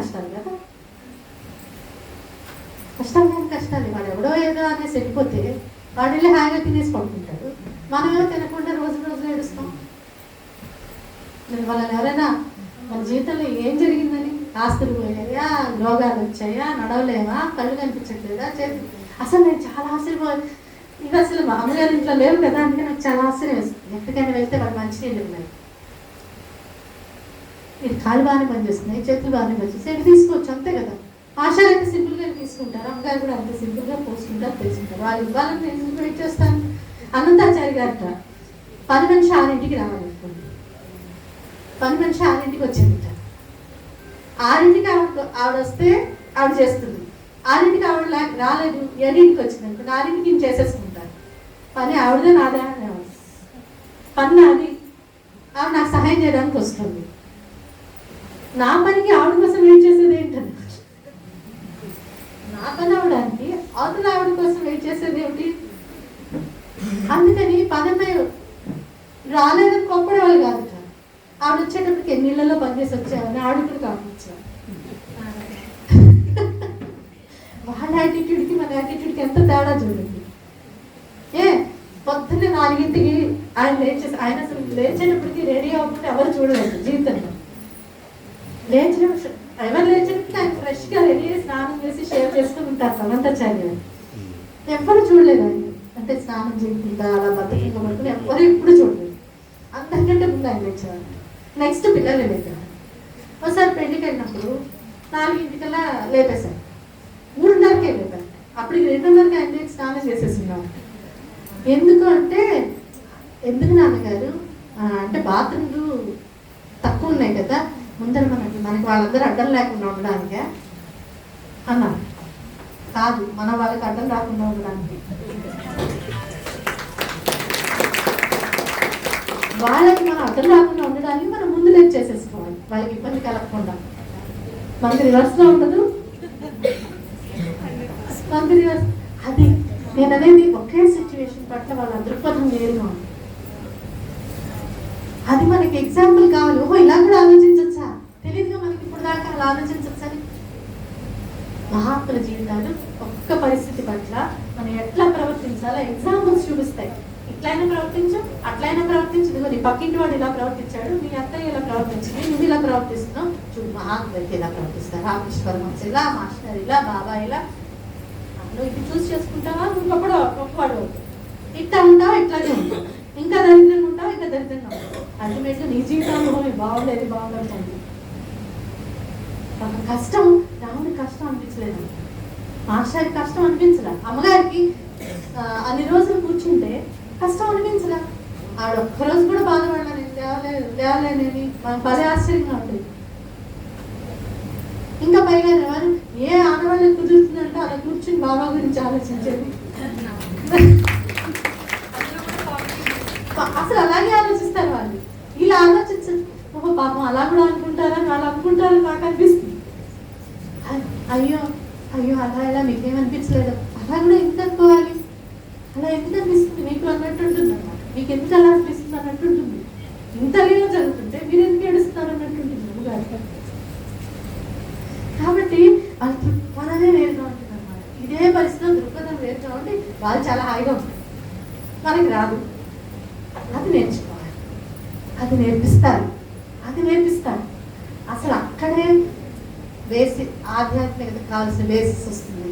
ఎందుకని ఎప్పుడైతే పరిస్థితికి మనం ఎలా ప్రవర్తించాలో మన చేతుల్లో ఉంటుందో అప్పుడు ఈ ఎగ్జాంపుల్స్ ఏవైతే ఉన్నాయో అవన్నీ మనకి మార్గదర్శకత్వమై ఇలా కాకుండా అలా ప్రవర్తించుకుంటూ ఏమవుతుందో చూడు. డెఫినెట్గా ఎక్స్పీరియన్స్ లైఫ్లో చాలా బాగుంటుంది. దాంతోనే పీస్ వస్తుంది కదా, అదొక్కసారి చూసిన తర్వాత అదే కావాలి, అది ఇంకా బెటర్గా బిహేవ్ చేయడం అని తెలుస్తుంది. బెటర్ ఎక్స్పీరియన్స్ ఆఫ్ లైఫ్ ఉంటుంది. అది మనం మొట్టమొదటి ట్రై చేసిన దగ్గర నుంచి అది చిన్న చిన్నగా అనుభవం అయిపోతుంది. మనకు తెలియకుండానే మనలో మంచి మార్పు జరుగుతుంది. ఆ మార్పు కోసం వాళ్ళు మన జీవితాల దాకా వచ్చారు, మనకు కావాల్సిన అవగాహన ఇచ్చారు, ఆచరించి చూపించారు, ఎగ్జాంపుల్స్ అవి ఇచ్చారు. కనుక మనం మాస్టర్ గారిని, అమ్మగారిని, బాబాని వీళ్ళందరినీ ఆశ్రయించడం మనం చేయవలసినటువంటి మన పని. అది మాత్రమే, మిగతావని దాని సపోర్టివ్ పనులే. అది గుర్తుపెట్టుకుంటే ఇది మన జీవితంలో మన సిలబస్ అనుకోండి. మనకున్న ఒక్క మానవ జన్మలో దాని చుట్టూ మన పరపతి, హోదా, కెరియర్ ఇవన్నీ జీవితం, అది జీవించడం అయితే దానికి ఉపయోగపడే ఎంతలో ఉంచాలో అప్పుడు. లేకపోతే అవి మన జీవితం అయిపోయి మనం జీవించకుండా చేసి పడేస్తాయి.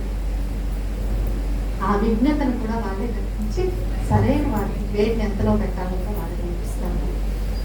కాబట్టి అట్లా సమగ్రమైనటువంటి బోధ ఒకటి బోధ రూపంలో వస్తే, ఆచరణ రూపంలో వచ్చినటువంటి సంపూర్ణమైనటువంటి త్రిమూర్తి స్వరూపం బాబా, మాస్టర్ గారు, అమ్మగారు కనుక వీళ్ళని ఎక్కడా ఇప్పటి వరకు చరిత్రలో అట్లాంటివి జరగలేదు, ఇక ముందు జరగబోదు.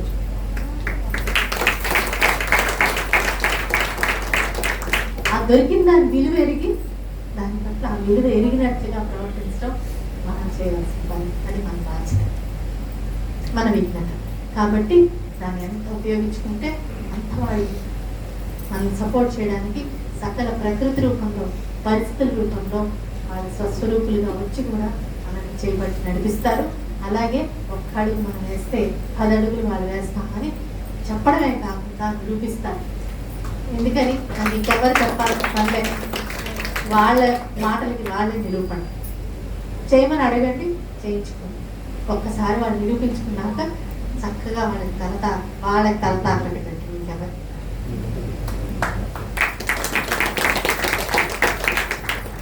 మనకి వాళ్ళ గురించి పరిచయం చేసిన వాళ్ళని, వాళ్ళ గురించి చెప్పే వాళ్ళ పట్ల తప్పకుండా సత్సంగం పట్ల కృతజ్ఞులమైనట్టు ఉండాలి. అంతవరకే అది తక్కువ కాదు కానీ ఎక్కువ కూడా. ఇందాక అనుకున్నట్టుగా బలహీనతలు కూడా పనిచేస్తాయని ఒక్క జాగ్రత్తతో మాస్టర్ గారు అన్నారు, రేపు వంట చేసే వంకాయలు చచ్చో పుచ్చో చూసుకునేటప్పుడు మన జీవితాన్ని, మన శక్తి సామర్థ్యాన్ని, మన ధనాన్ని, తనువుని అన్నిటినీ ఇన్వెస్ట్ చేస్తున్న చోట అది ఇన్వెస్ట్ తగిందా కాదా గుర్తించడం చాలా ముఖ్యం.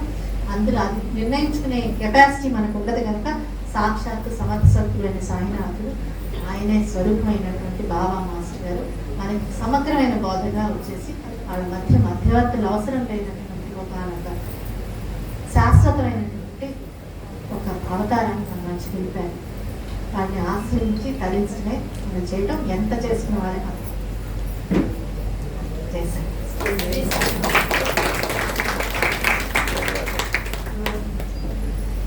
శ్రీ సచ్చిదానంద సద్గురు సాయినాథ్ మహారాజ్ की जय। శ్రీ సచ్చిదానంద సద్గురు అలివేలు మంగమ్మ సహిత భరద్వాజ మహారాజ్ की